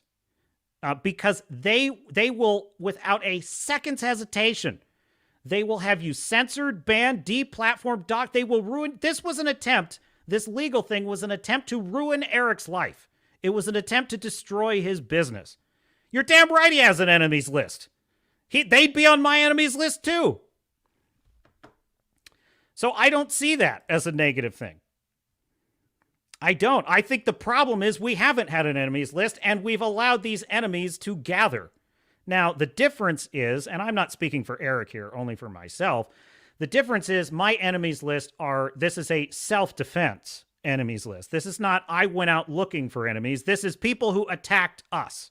People who attacked our stories, attacked our culture, who attack anyone who dissents from their sick worldview. So it's a self-defense enemies list. And the minute that self-defense is no longer necessary, this is over. I don't want to have enemies. I don't want to have enemies. I don't choose to have enemies. But I will not bend the knee to wackos. So I will act in self-defense, as should we all. So that's the way I see it. That's my personal belief about what he's doing. So that's just my thoughts on that. You say, I disagree with your premise that sales should be the only metric. If that's the case, just sell merch. The primary goal should be to create a great comic. Well, I agree that the goal should be to create a great comic, and I believe that is his goal. To present an alternative to the dreck we are constantly subjected to by the big two. I agree, and I think that is his goal. That was what Eric was promising us, and in my opinion, as someone who read Isom, he failed. And by the way, that's totally fair. If your opinion is he failed, I have no issue with that. That is your opinion, and I'm not saying it's unfounded. Don't misunderstand. I'm not being I'm being serious. Like, that is a totally legit take, and if enough people agree with you, that's a problem for his business, and he has to deal with that. And I don't see a problem with that at all. I think that's totally fair. So I'm not here to tell you I think you're wrong to feel that way. So there you go. But I agree to disagree, because I disagree personally. I think Isom is pretty good, but I do think he's got growth to do as a writer, and I'm very honest about that. So, but what was the other point? You said the primary goal should be to create a great comic. Oh, no, you said you disagree with my premise that sales should be the only metric. I don't know that I'm saying sales should be the only metric. I'm saying that if you're going to say that Eric July is a terrible businessman after he got an 18 times return on his investment, what you are doing is you are ignoring or glossing over empirical data. And I'm not speaking for me. I'm speaking for the business. This is the business world. In the business world, that is the most important metric. That's the bottom line. That's the most important metric. Sometimes to the detriment of art. I actually agree. I think I agree with the spirit of what you're saying in that that's actually a problem sometimes, that sales is the only metric. That's how you get executives interfering in a movie and turning it to crap, because all they care about is the bottom line and they don't understand how to actually create a good movie. So I'm not saying I totally disagree with you. I'm just saying in a strictly empirical, objective sense, in the business world, you are the farthest thing from a failure if you're getting an 18 times return. That doesn't mean you're always going to succeed. That doesn't mean you couldn't then fail later, because certainly you can. I'm just saying so far, so good. That's what I'm saying. But I do agree with you that also the goal has to be good artwork. And I think it's very difficult to be both a businessman and an artist. That's not an easy tightrope to walk. Very few creatives actually can do it. Good example, like Tucker Carlson says, like he does the on-air talent thing. He has no head for business. And so he leaves that to other people to run the business side of things, because as he puts it, he would run his own business into the ground if it were up to him. And there's other people who are good at running a business, but they have no head for art or whatever. So that's fair enough. So I'm not making excuses for Eric. If he fails at one or the other or both, that's on him. All I'm saying is he seems to be, in my view, pretty good at both, and that's a pretty tough tightrope to walk. He has got a lot of spinning plates, and I truly admire how well he's managed them. So listen, if you are correct that he's not taking any criticism on board, that he's very thin-skinned, if you are correct about that, then I would agree with you, he's headed for a fall. I'm just saying that's not what I have observed, and I don't think that's fair to say yet. But I could be wrong. I could be wrong about that, but it's just not my experience of him. So there you go. But that being said, a round of applause for Darth Merlin. I appreciate the counterpoint. So there you go. Salute to you, Sal. Gentleman's disagreement, but a gentleman's nonetheless. Okay, so let me get to a few comments. Let's see.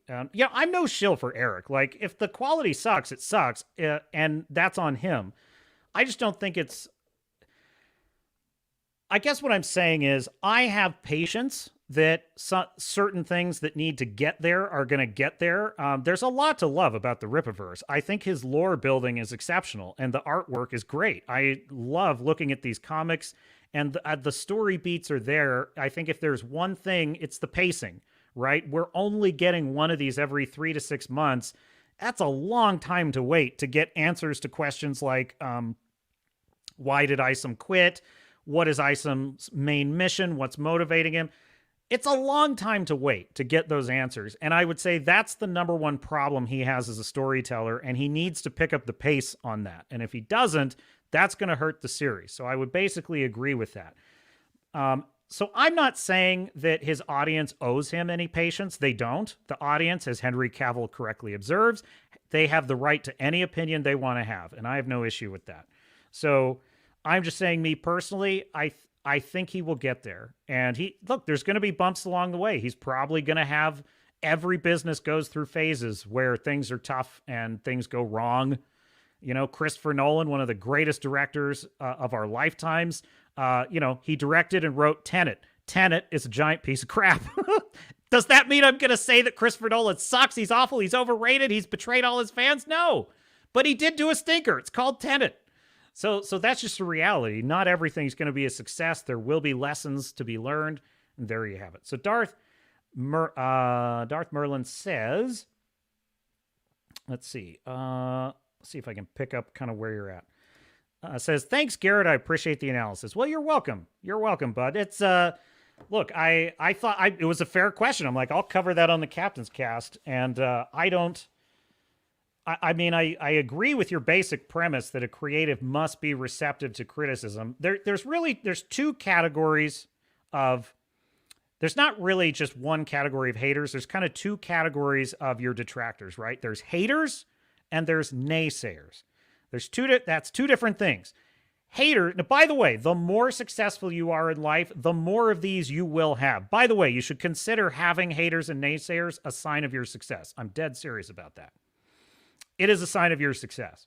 And probably I've been pretty fortunate on this channel. Mostly I've just gotten love and just cool people hanging out on the Captain's Cast every Sunday, like Fu Man Blue and Star Fury. I'm so grateful for that. But sometimes the first thing you get is hate before you get the love, and that's just kind of how things go. But I've been pretty fortunate, so I appreciate that. But that being said, like, you should know that, like, you're going to get haters and naysayers. Now, haters are the bad faith actors. Haters are people that are just jealous, resentful, and bitter, and they just want your destruction. That would be the wackos. You know, the wackos that are coming after Eric because they just hate it that he's defying their control, right? And those are the only ones I ever see him debating with. Maybe he's debated someone and been unfair to them. I haven't seen it, but the ones I have seen have been those people, right? They're just bad. They're haters. Haters, you do not owe haters anything. In fact, there's a lot of debate about how to handle haters, and everybody has a philosophy. Eric likes to monetize them. That's his technique. A lot of people say ignore them. Others like to spend their whole day on Twitter battling them. I'm kind of the mind that you sort of just ignore them because they're just always going to be there. I kind of like the monetizing thing, though. I mean, comedians might call them hecklers. I don't know. Anyway, but the point is, haters just want your destruction, and they're nasty. They're malevolent in that sense. Naysayers actually are people who they don't want your destruction. They're just negative, right? Naysayers can be people who love you and they actually want to protect you, like family members, right? If you say something like, I'm going to start this new business, and a family member, like a brother or sister, says, well, remember what happened last time you tried to start a restaurant? It failed. You better be careful. That's a naysayer. And naysayers are a problem because naysayers are the voice that are telling you, that's the crabs in the bucket that are trying to warn you against danger and prevent you from doing something risky or something, and you will get naysayers. They're not evil. They're not trying to destroy you, but they are providing a negative pull to pull you away from your goal, to pull you away from your destiny.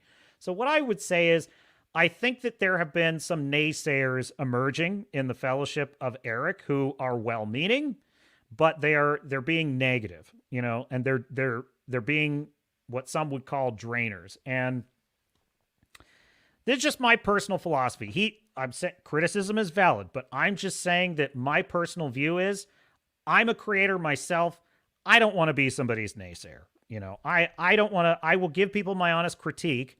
I always will on this channel, but my goal is not to go and start piling on and just being like, oh, you've really, once I've registered my critique, I'm pretty much past it. Like, I'm not going to keep reminding Eric every day on Twitter that I felt the writing was this, I felt the writing was that, you're not listening to this, you're not listening to that. Like, I don't want to do that because now I'm a naysayer. Because even though I'm being well-meaning, I'm just piling on to a draining energy that's pulling, that's armchair quarterbacking, right? And I just don't want to be that for someone else. So my attitude is, yes, I'll tell you the truth. I'll give you honest critique, and then I'll move on, you know? So that's kind of where I'm at with it. And it's a personal philosophy. I don't expect everyone to agree with that. But I do think that if you find yourself, and I'm not speaking to you specifically, I'm just saying generally, if you find yourself in your life being the negative voice with someone or all the time, that's a sign, in my view, that like you have some toxic, like negative self-talk that's going on. And it could be impacting your own goals and dreams in a negative way, because you don't want to be a naysayer to someone else, because if you are, you're going to be a naysayer to yourself. And that's really bad, right? And that can make the act of creation all the more difficult. And the worst naysayer you will face is yourself. Yourself, that is the biggest naysayer you're going to have to battle. The part of you that doubts, the part of you that fears. So I don't want to put that out into the world, because then I'll be attracting that energy back to myself when I'm trying to write my novel and stuff. So that's just my philosophy on it. So there you go. Darth Melvin says, have you seen him debate Dick Masterson? Dick provided exhaustive notes on Isom, and Eric refused to look at them because he said they were bad faith. I mean, I haven't seen that. Maybe I'll look that up and just see what I think about it. Look, I'm engaging with your comments because you're a viewer of the channel, and I appreciate that. And so really it's to engage with you, and because I enjoy that. I'm not looking to get involved in drama. You know what I'm saying? Like, it's not going to be days of our Rippaverse for me. So maybe I'll check it out. We'll see. But I'll just take that at face value. Let's assume that I would agree if I watched it that yes, that was good faith and Eric wouldn't listen to it. Well, that's not going to be good for Eric. If Eric, but I mean, it's a fine line, because in my view, no creative is obligated to read someone's pages of notes about what they did wrong.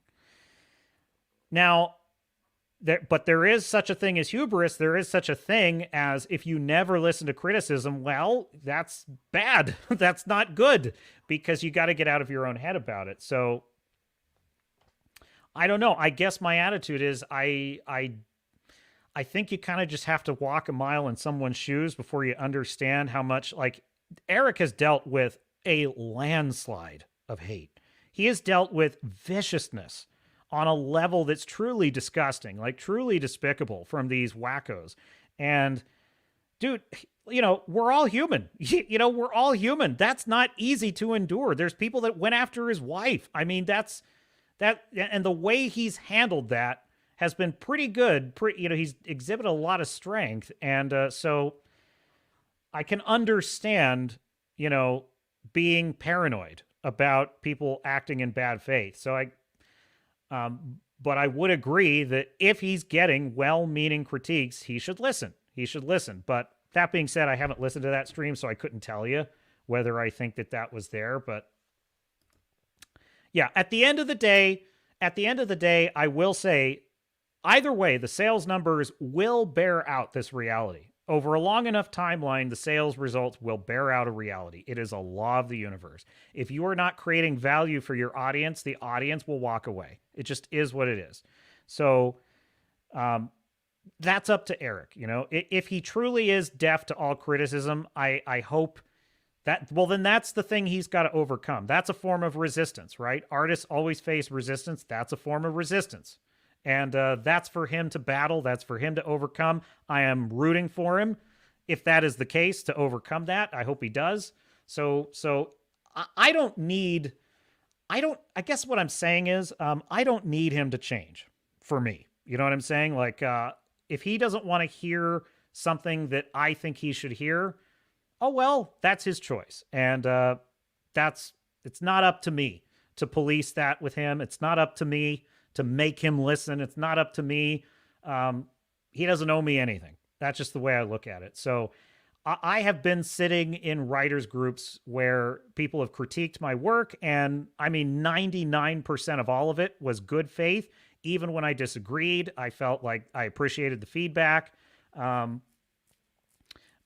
you know, there have been a couple of times where someone came at me in a way where I was like, that's bad faith, you know, frack off. And the one night the worst example was that this guy came to our writers group. He had never read another chapter of my second book, Wolves Will Eat, available on Amazon now. My second book in the Blood and Oak series, Wolves Will Eat, I was reading a chapter that was like, I would say probably about towards the end of the first act of the story. And it was kind of a lull in the action between two major set pieces. This guy came in, had never read another chapter of it. I read the chapter and he started giving feedback, and he immediately told me, your character sucks, you should kill him off. That would be way cooler. Okay, great. Thanks for that. I'm not going to do that. That's not where I'm going with the story, but I appreciate your feedback. And then he started piling on. He started saying, this chapter's really boring. Nothing's happening. Your character's getting led around by the nose. And I said, well, okay, but there were other chapters before this where there was major dramatic life and death battles. So this is in between major life and death battles. Secondly, he's a stranger in a strange land. That's why he doesn't understand the local customs. That's why the character is explaining to him the local customs. And at that point, I was fine. I was fine with it. I was ready to move on. But he would not let the point drop. He just kept hammering and hammering and hammering. And finally just said, listen, I've heard your feedback. I'm not interested. We're done here. And he tried again, and I said, I'm not interested in any more on this. We're moving on. I had to literally tell the guy politely to frack off, right? Frack off. You know, your criticism has been heard. We're done here. You know, I think every artist has a right to that. That's just my feeling, and I'm not saying you should be deaf to criticism, but you do have a right to say, hey, this is my boundary. I'm not open to any more feedback. Every human has that right. You know, people will always try and give you advice on things. You have a right to say, you know what? Maybe it's not in my best interest, but I'm not open to advice right now. That's fair. I have no issue with that. So that's all. But I appreciate the thoughts, Darth Melvin, and a fun debate indeed. So Fu Man Blue says, smart move in that context. Yes, meaning he should take the feedback, or to say that Eric doesn't listen to helpful criticism is to deny the success that he's enjoyed based on the people he has listened to. True. I mean, fair enough. I mean, we're not, in my experience, most creatives have kind of a circle of people that they trust to give them good feedback. And I'm no different. You know, there's certain people in my life that I trust to give me feedback. And it's not because they're telling me what I want to hear. It's because I trust that they are on the same wavelength of what I'm trying to do and what my vision is. I trust their judgment. You know, not everyone's feedback is created equal in my view. Because, you know, like that guy I was telling you about, he didn't understand my vision for the novel. And he was advocating for a completely opposite vision of the novel than I had. And for all I know, his idea was better. Maybe his idea was a bestseller. But that's not the point. The point is, it's not my vision. I'm not writing a Game of Thrones story where everyone dies, where Robb Stark gets knifed at the Red Wedding. That's not what I'm writing. That's what he thought I should be writing. I disagreed. And so it's not even an issue of whether or not it was good advice. The issue was, as a creative, that's not where I'm going with this. And I have a right to that. And so I wouldn't trust him to give me feedback on my work because he's not even in alignment with the vision. So people that I trust to give me feedback will tell me this isn't working. Like, this scene sucks, or I don't understand this character. And they do. And it's frustrating because it's like, God, I'm working so hard on this. Really? The scene doesn't work for you? Sorry, Garrett, it doesn't work for me. And here's why. But I trust that person because they get my vision. I understand where they're coming from, and I can trust that their feedback is at least close to the mark. You know what I'm saying? So I just don't begrudge any creative, because I'll tell you, the more successful you are, I mean, people will just come out of the woodwork to give you all their thoughts on things. And we as humans, we have limited reserves of energy. It's like you only have so much energy to give. So I'm not saying I agree or disagree with Eric specifically on this. I'm just saying I can understand being a creative and saying, I'm sorry, this is where I got to draw the line. I'm not open to feedback from this area. Now, that may be I'm not saying whether that's a good or a bad thing, because it could be a bad thing, could be bad to not listen to that advice, but I do think creatives have a right to that. Although that is a very different thing from arrogant, smug Hollywood types that say things like fans are toxic. Like that crap is bullshit. That's an amateur mindset. That's not what I'm talking about. Like people that are dismissive toward their audience, it's like, you may not be open to hearing what your audience has to say, but your audience has a right to say it, and they're not toxic for saying it.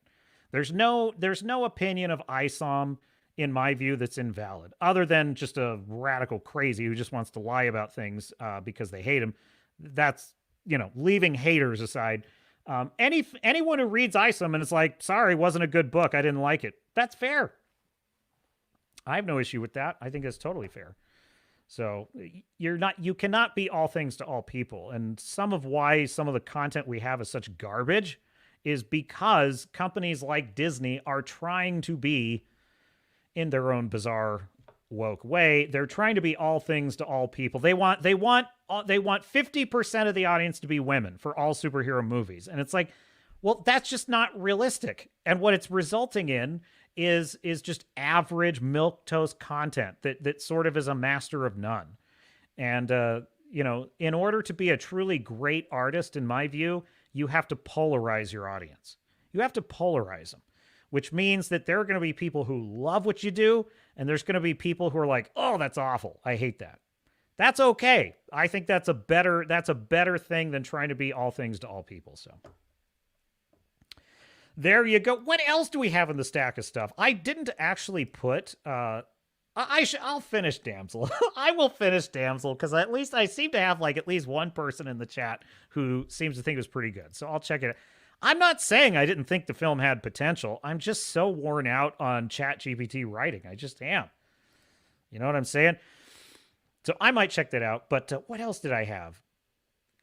I do have some interesting stuff with Godzilla behind the scenes. Actually, since we're on the subject, just real quick, Wrangler, because you did ask me to check out your video, and I did. And it's pretty good, man. I think I didn't listen to all of it, though, because it's a review of American... What was it? What's the title of it? Great American Hero? No, it's Private American. That's right. That's the name of the series. Private American. So it's a review. I actually want to read that, and I don't have it, so I didn't want spoilers, so I didn't go through the whole video. But all I will say is that what I have learned, and this is more of tips and tricks on YouTube, is I noticed that in the beginning, you were sort of plugging things in the very beginning. You don't want to do that. You want to move your plug to later in the video, because the very first thing you should be talking about in the first 5 seconds, and then more broadly in the first 30 seconds, is the hook, which is get right into the subject of the video that they came for. The promise of the premise. You want to get right into the promise of the premise. Private American is one of the best, blah, blah, blah, blah, blah, blood-soaked, raw masculine adventures, and you're going to love it. And then hook them in with a couple of teases of what's coming in. Then you can say, I'm Frequency Studios, and this is blah, blah, blah, and that sort of thing. So I would just move that stuff, and then, yeah, I would say that's pretty much my only thought. My only tips and tricks that I have learned from the YouTubes. So, I feel like a Grizzy video. Do you feel like a Grizzy video, chat? Let me see if there were any other comments on my Eric July take. I think most of them are pretty much in agreement, but I'm not looking for all agreement. But I do appreciate this comment. He, meaning me, is not wrong about the control part. Who in comics makes employees signs NDAs? Maybe he's talking about ill-tempered tuna. So I don't know. I don't actually know if this commenter is agreeing with me or agreeing with the critique. But he's basically saying, I think he is agreeing with the critique, because he's saying, who in comics makes employees sign NDAs? Well, but that's actually pretty standard. You don't want people spoiling your story, like releasing spoilers. I don't blame him for that. An NDA, all an NDA says it's a non-disclosure agreement, right? All it's saying is these are company secrets. Don't reveal them outside of the company. That's in fact, a lot of almost any corporation you work for has some kind of NDA baked into your hiring. Like I've worked for, multiple companies that in the employee code of conduct said, you will be held liable in court if you reveal company secrets, like, recipes for products, things like that, marketing. There's usually like marketing campaigns that are not released yet. And if you share with customers an upcoming sale, for example, before the sale is officially announced, that's a breach. That's a breach of company secrets. And so an NDA is just saying that you will be held legally accountable if you give away company secrets. That's not a big deal. And it does make sense in fiction because in fiction, spoilers are a thing. NDAs are a way of, saying if you spoil item number 3, like you're going to be in trouble. So I don't know. That's just my thoughts on that. I would say someone said his books are not terrible. It's not going to make that much next time. His business is a down trajectory now. He knows that that's why he's changing his business and focusing on shipping. So yeah, I mean, I think that this is a lot of naysaying, I think people have in their mind that like when you're, Eric looked like an overnight success because he got $3.7 million in his first campaign. The reality is, folks, there's no such thing as an overnight success. None. What you are seeing when you see someone who seems to just overnight just blow up and go crazy, what you are seeing is you're seeing the harvest. You're seeing the crops finally come in after years of tilling the soil, sowing the seeds, surviving droughts, overcoming problems, learning lessons. Finally, you're seeing the crops coming in and the reaping. And it looks to the outside world like, oh my God, he just decided to write a comic book and he made $3 million. Wow. That's not really what happened, though, because a lot of failure goes into success. And so the flip side of that is when someone is successful, it is unrealistic to expect that it's all, sunshine and bunny. It's all smooth sailing from here. There's no such thing.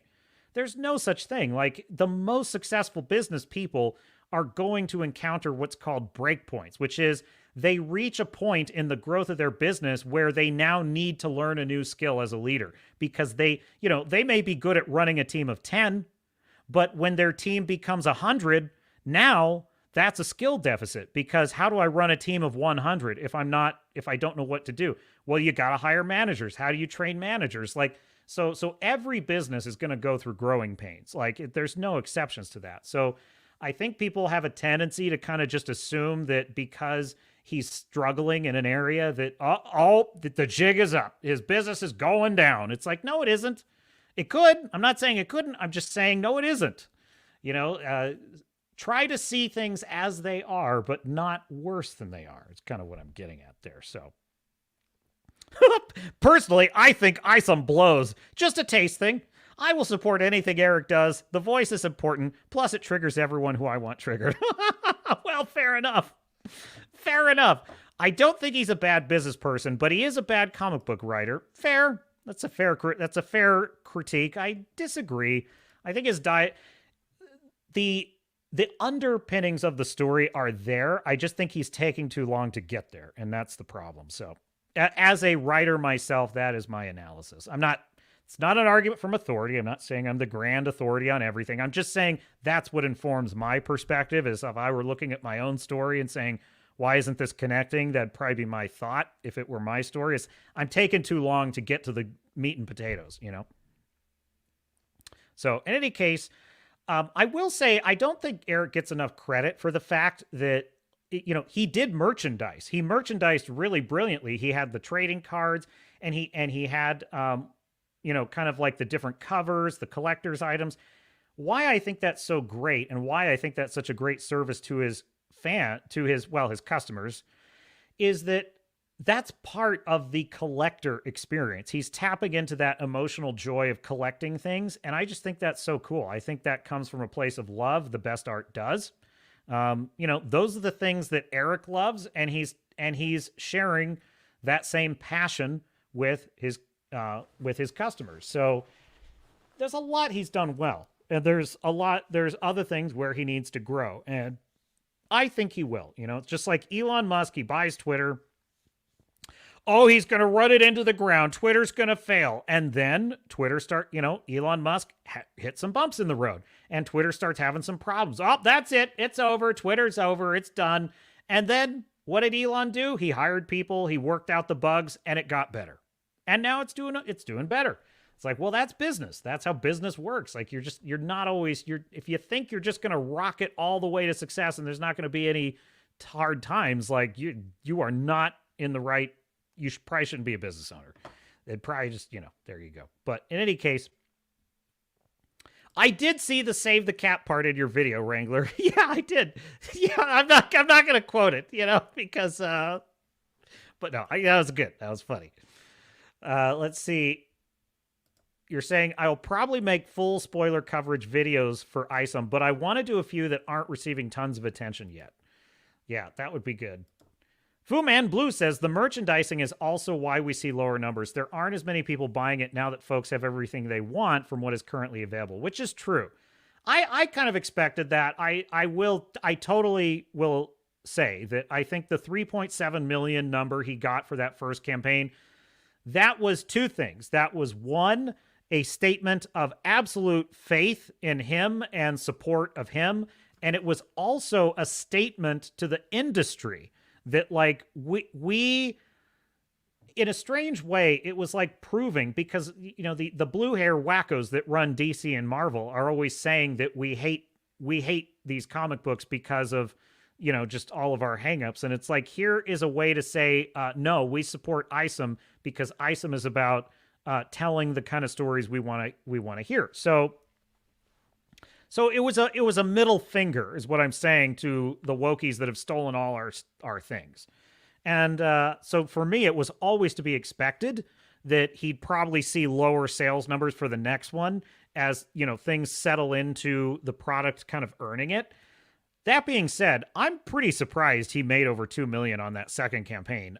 That's a big haul. That is a big haul. If it were all just enthusiasm and support from the fan community, then I don't think he would have seen that kind of numbers. I think that I think his audience, a lot of his audience, is trusting him to get better. That they're not obligated to. I just think that they are. So there you go. All right, let's look for a Grizzy video. Let's get a Grizzy video. Dude, he's doing live streams now. He had his first live stream. This is the weirdest thing too. He was doing a live stream that was breaking down those fans that were talking about the new Star Wars Acolyte. With the chick that was like, it's like, oh, are you saying that it's possible that Palpatine was Plagueis' apprentice and he killed Plagueis? And she's like, oh, that's sick. As if it was the first thing she'd ever heard. So on his live stream, he was reviewing like all of that video, like the full video. And there were just a couple. Most of the support in the chat was great, but there were a couple of people in his chat that they were saying, oh, you racist bastards, I'm reporting your stream. And he's like, dude, I'm criticizing 3 white people. What are you talking about? It's like, it's so bizarre. It's like, dude, literally just everything is anything I do not like equals racist. That's literally all it is. Just, you don't like the shills talking about Acolyte, you're just a racist. Like, how is that racist? What is, like, there's no reason. What at all? So anyway, so yeah, he had a few wackos just whining and crying in his chat. It was hilarious. So anyway, let's see here. What does he have new on tap? Woke non-gamer praises Suicide Squad kill the Justice League. That could be fun. Oh, I think I see Chlamydia Burns in this one. Oh no. I think we may have to do that one. Disney Star Wars shills react to Ahsoka season 1. Oh, that's tempting. Oh, that's a tempting one. I don't know which one I want more. Oh, Chlamydia Burns. Oh wait, she's in this one too. All right, let's go with this one. Let's do this one. We're gonna do Grizzy, Ahsoka, Defenders, because I have a special place in my heart for Ahsoka. Not.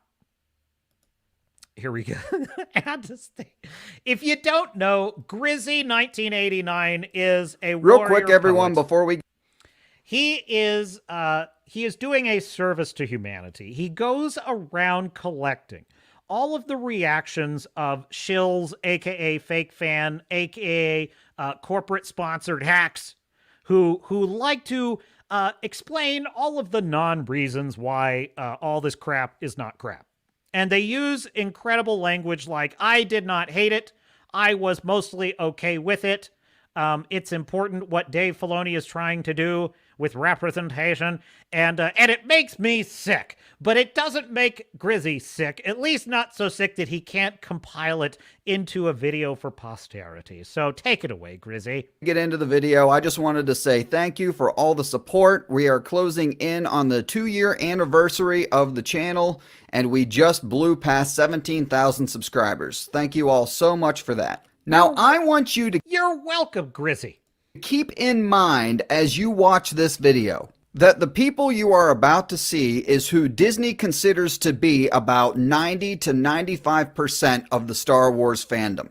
They use these people to lie to themselves and say that Disney Star Wars is actually good. And they watch these people. Jon Favreau admitted that he watches these people and that seeing their reactions, their fake reactions, is one of the highlights of his career. To see the reactions.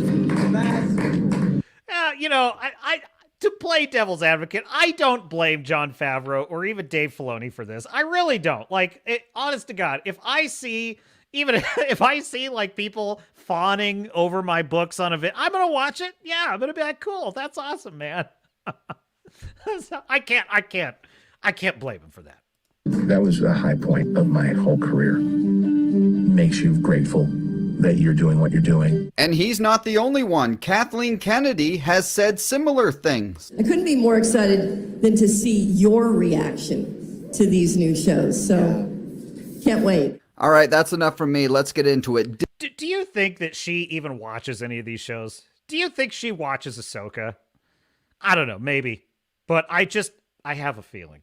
Disney Star Wars shills react to Ahsoka Season 1. Oh my God. I forgot about it's been a while since there's so much bad. There is so much bad in Ahsoka, but we literally have our third non-lethal lightsaber impalement in a Star Wars series or movie in Ahsoka Episode 1. This is so ludicrous. It's so ludicrous that they just stab Sabine. She is on her feet in the next episode. It's barely an inconvenience. Oh God! Did she die? Can you die from that? No, because nobody can die at these shows, because that would go against the algorithm wood chipper. But dude, could you imagine if she really was dead though? Like just Ned Stark style, she's just dead. That's it. Sabine's dead. That would have actually been kind of interesting. That would have actually been, wow. Maybe we're in for something new here. She'll be fine. I mean, the good news is it cauterizes. The bad news is that she just got impaled by a lightsaber. At least, lady. Jeez. Oh my God. Well, the good news is it cauterizes. Yeah, it cauterizes her liver, like her freaking internal organs. It turns them into roast beef. What are you talking? She was stabbed roughly in the spot where the liver is. Folks, that's lethal. You're dead. Like, you are dead if you are impaled through the liver. Like, that's really bad. She's like, oh, it cauterizes, though. I think no vital organs were hit.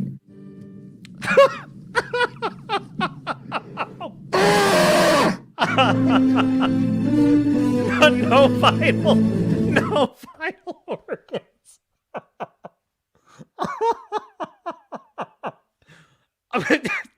Well, what's not vital directly below your rib cage? Like, what can you do without below your rib cage? So.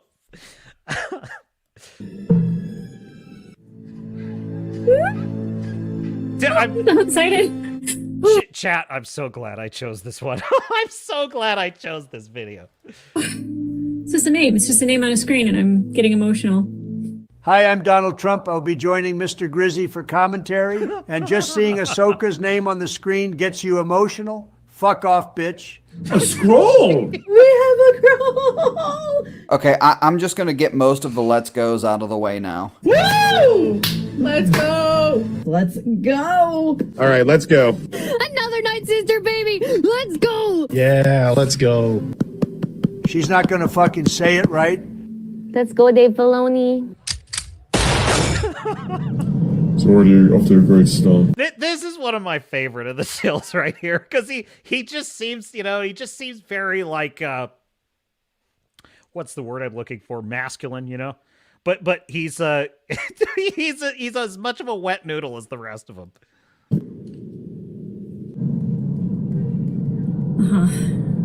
I'm sweating. I'm so excited. The rebels demo. Calm down, bitch. We are no Jedi. Let's go!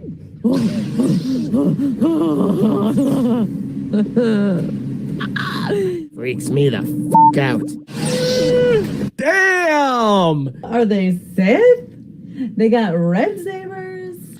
You will never get the answer to that question in all 8 episodes. Never. Technically Jedi, but bad guys because they have the red lightsaber. You're all morons! It's like, get your pencil, get out pencil out. Let's work it out. Let's do the equations, Let's see. 2 red lightsabers minus 1 blue lightsaber equals possibly Sith, at least not Jedi. How long is This is such a Vader. Shit. This is a 53-minute video. Okay, well, we're not going to do the whole 53 minutes, but I thought this was a shorter one, but we'll go for a while longer. In the hallway, like, scene. Master and apprentice. I have goosebumps. I have so many goosebumps. Shut the fuck up, bitch! Awesome. Even though I saw that in the trailers, I still think that's awesome. Most badass thing I could do right now. You could have just easily used your hands. He's like, I'm gonna do this so badass.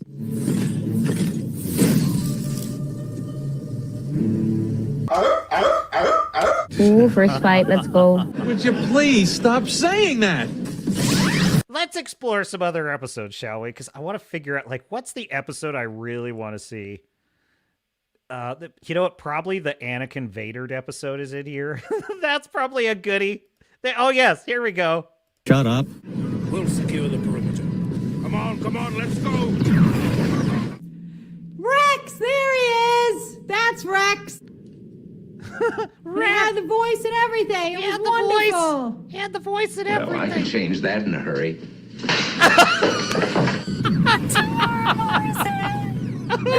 That's Rex! In live action! Oh, my God. Let's go. Oh, no. Yeah, I know. There's no tears.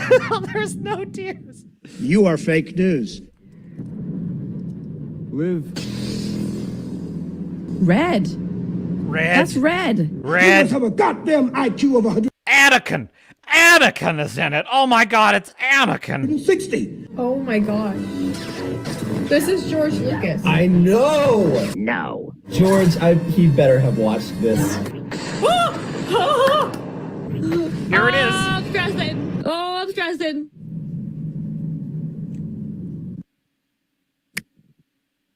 We got spoiled. We got spoiled with essentially 30 minutes of Anakin. 30 minutes of glorified filler is what we got. So beautiful. This is 51 minutes, so that means we're probably getting some Thrawn and Ezra stuff in here. Well, folks, Mama's wrong again. The whales. The space whales. What a great throwback to the original trilogy. This is Star Wars. This is literally This is Star Wars. If this truly is Star Wars, why do you feel the need to constantly remind us? That is so powering up such to a good doing the point. thing! I have chills. This is so cool. I have like full body chills right now. Want to see this in action, baby? Let's go! Shut the fuck up, you fat fucking cow. Dude, that is her expression the entire show, Ahsoka. Just kind of a mild smile. Dude, where is the Vader? Ahsoka. I hear. What did you say? Oh, no. Fucking pussy. No, this is what I mean. Fucking pussy. Oh, wow, we're getting this. It's happening. If he switches back and forth between Anakin and Vader, I'm gonna lose it. I had to fight a drag queen for the last black eyeshadow. The lightsabers. Oh, Jason, you can hear that? Whoa. Don't ask questions. Just consume product and then get excited for next product. I just got chills. You little baby Jedi, you. Shut the fuck up. Oh no! Is she younger? It's young Ahsoka. That's young Ahsoka. That is such a perfect example of why I hate this show so much. It's like he cuts this bridge, right? They're in the world between worlds. Anakin cuts this bridge out from under her feet, and it's meant to be like this super clever, fascinating tactical move, and he's so devilishly smart. But meanwhile, where the hell are we? Like, what the hell is this place? Is she dead? Is she alive? Is this a dream? Is this real? Is this another time? Is this the present? Is it the past or the future? We don't know any of that. What are the rules of this world?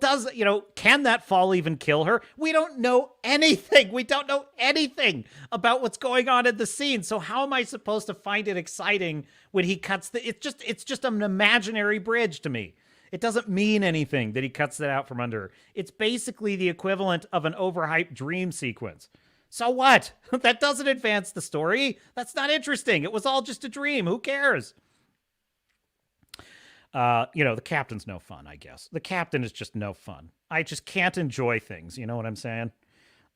It's called anhedonia. It's a real problem. What is... I need to see their reaction to... what was the part I wanted to see? Was it an episode? No, it's the part where she fights on the wing of the plane. Like that, the wing of the spaceship. She fights the fighters. Maybe it's this episode. Which one is it? That is not it.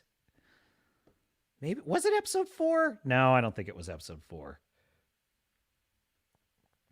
Oh, well, I probably can't find it. What was the episode, Internet? Episode of Ahsoka where she she fights in space. Let's see if that does it. How can I even... Google said, that's stupid. Oh, wait, no, here it is. Episode 3. Okay, it was episode 3. All right, so if we go to episode 3, we should be treated. References, I feel it. Oh, man, what was that? As you wish. Oh, man, what was that? Come on, please tell me it's a version of Starkiller. That would be so sick. Yeah. Why do I get the feeling that this bitch is gonna say something stupid? Wait, is Anakin already Darth Vader? Darth Vader's... She said Dark Vader. Did you hear that, chat? She said Dark Vader. I swear to God. Darth Vader? I think he's not around anymore. Yeah, he died already. Dude, this is how bad the lore building is in the show. They don't even know where we are in time and space, which is exactly my critique of the show. We don't know where this fits into any of the saga. So, like, they're sitting there, they're confused. I feel sorry for them, folks. The captain is nothing if not a man of compassion. I speak from not a place of hatred, but a place of love. Love for the shills, compassionate pity for them. They're trying to figure it out and they can't understand. And it's because they've been underserved. Jesus fucking Christ. Scan complete. Let's go! Oh! Yeah, here it is. Here it is. Quick change. What? Oh my God, yes. This is so cool. Dude, I just... Her ship is dead in the water. It is dead in the water. All that the enemy fighters have to do is shoot it down with ease at their leisure. But they keep shooting at it, and they make these little pew pew sounds. I swear they make pew pew pew pew pew pew pew pew, and they just like spark on the hull, but they don't do anything. And I'm like, They say in the scene her shields are down. She says it. She says it to Hu Yang. Our shields are down. That means you're dead. That means you're dead. And but she gets out on the wing of the plane. Oh, this is so fucking cool. This is gonna be bad. Okay. Yes. What we're really doing this. Sweet. This is what I'm talking about. Let's go. Oh, let's fucking go. God damn it! Enunciate. Awesome. Awesome. Hell yeah. Pew, pew, pew, pew.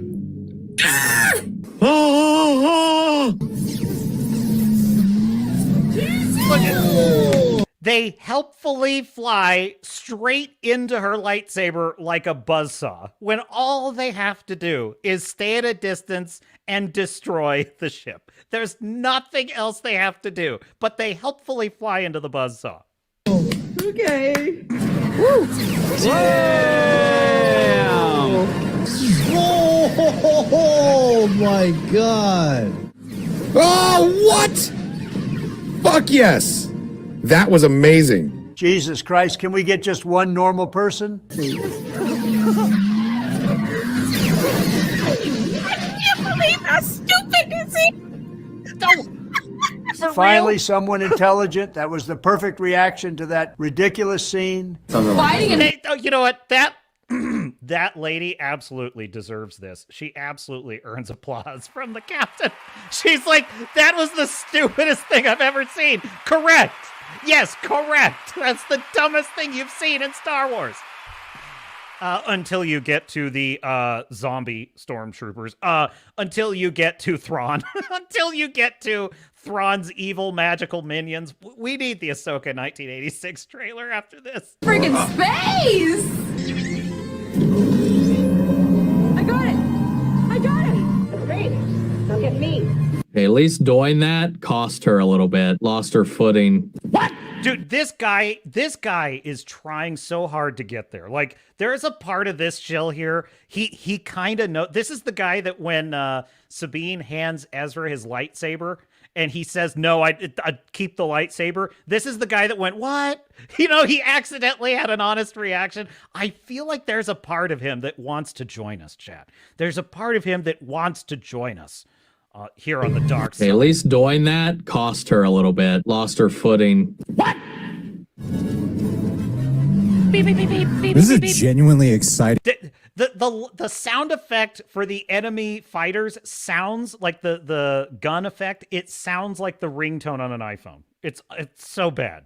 Aerial sequence. Yeah. Oh my gosh. This is the Star Wars I fucking love. What the hell is wrong with you people? Oh, yo! All right, that's enough of that. the space whales. I can't even believe. I just kind of have to fend this guy. Oh, shit! Space whales. A Purgle! I know what that is! Several Purgles! The babies! Oh, God. Little Miss Other Side of the Tracks, awkward rebel girl with the pseudo-intellectual glasses. Oh my god! Stop being such a dumbass. In live action, this is amazing. This is amazing. That right there, that basically says it all. Like that's what this was about. It was about I get to see the Clone Wars and Rebels in live action. Never mind if it's a good story. Never mind if the characters live up to my expectations. Never mind if the lightsaber fights have any actual like tactical brilliance behind them. It's just good that we see it in live action. And it makes me sick. So 3 cheers for Grizzy. A warrior, a scholar, the museum curator, if you will, of the shills. Now, you know, we're just trying to, it's for science, you understand. We're just trying to understand the species that finds this content interesting. That's all it is. We must understand. But yeah. Wrangler says, Ahsoka should be in the main cast of the next Fast and Furious movie. Like, just get her a better stunt double. One that can move faster than a defiant sloth. It could be fun. I mean, I pretty much agree with you. It's like, basically, Ahsoka is like...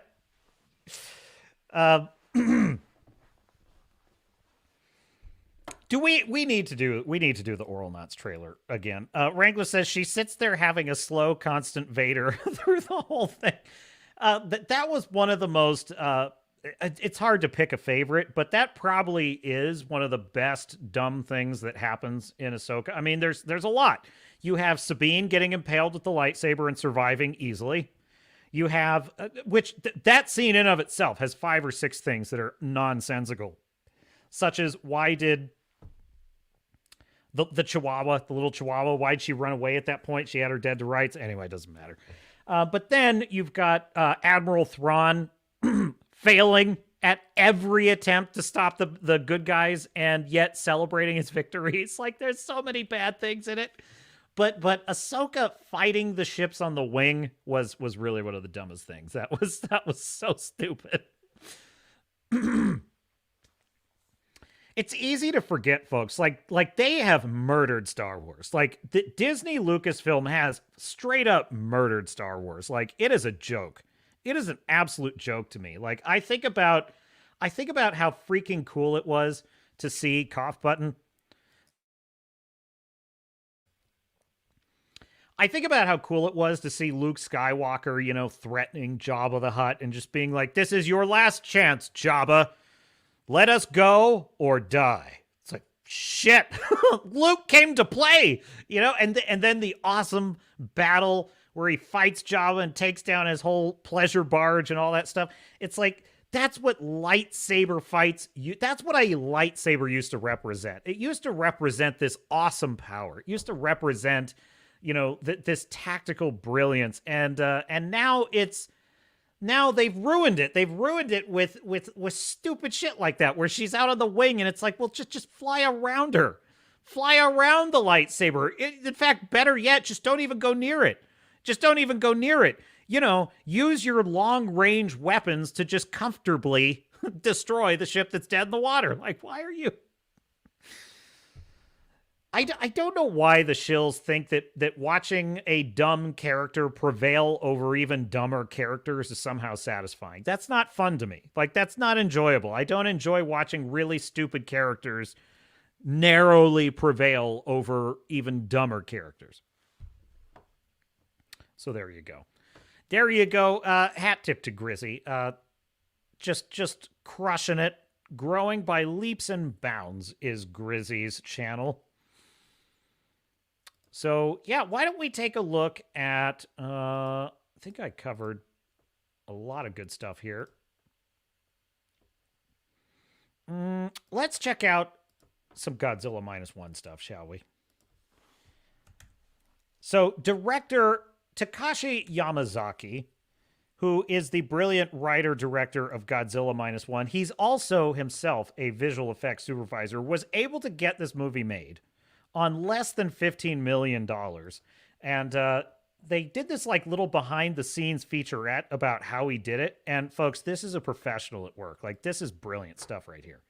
So I'll probably translate, it's in subtitles, so I'll probably read out the subtitles for those that are listening. Dude, I love this space that he's designed for his VFX. So they said they moved all of the VFX artists are on the same floor, and Yamazaki himself is in a rolling swivel chair. And this is so cool because they show how he went to like every cubicle, literally working with every VFX designer.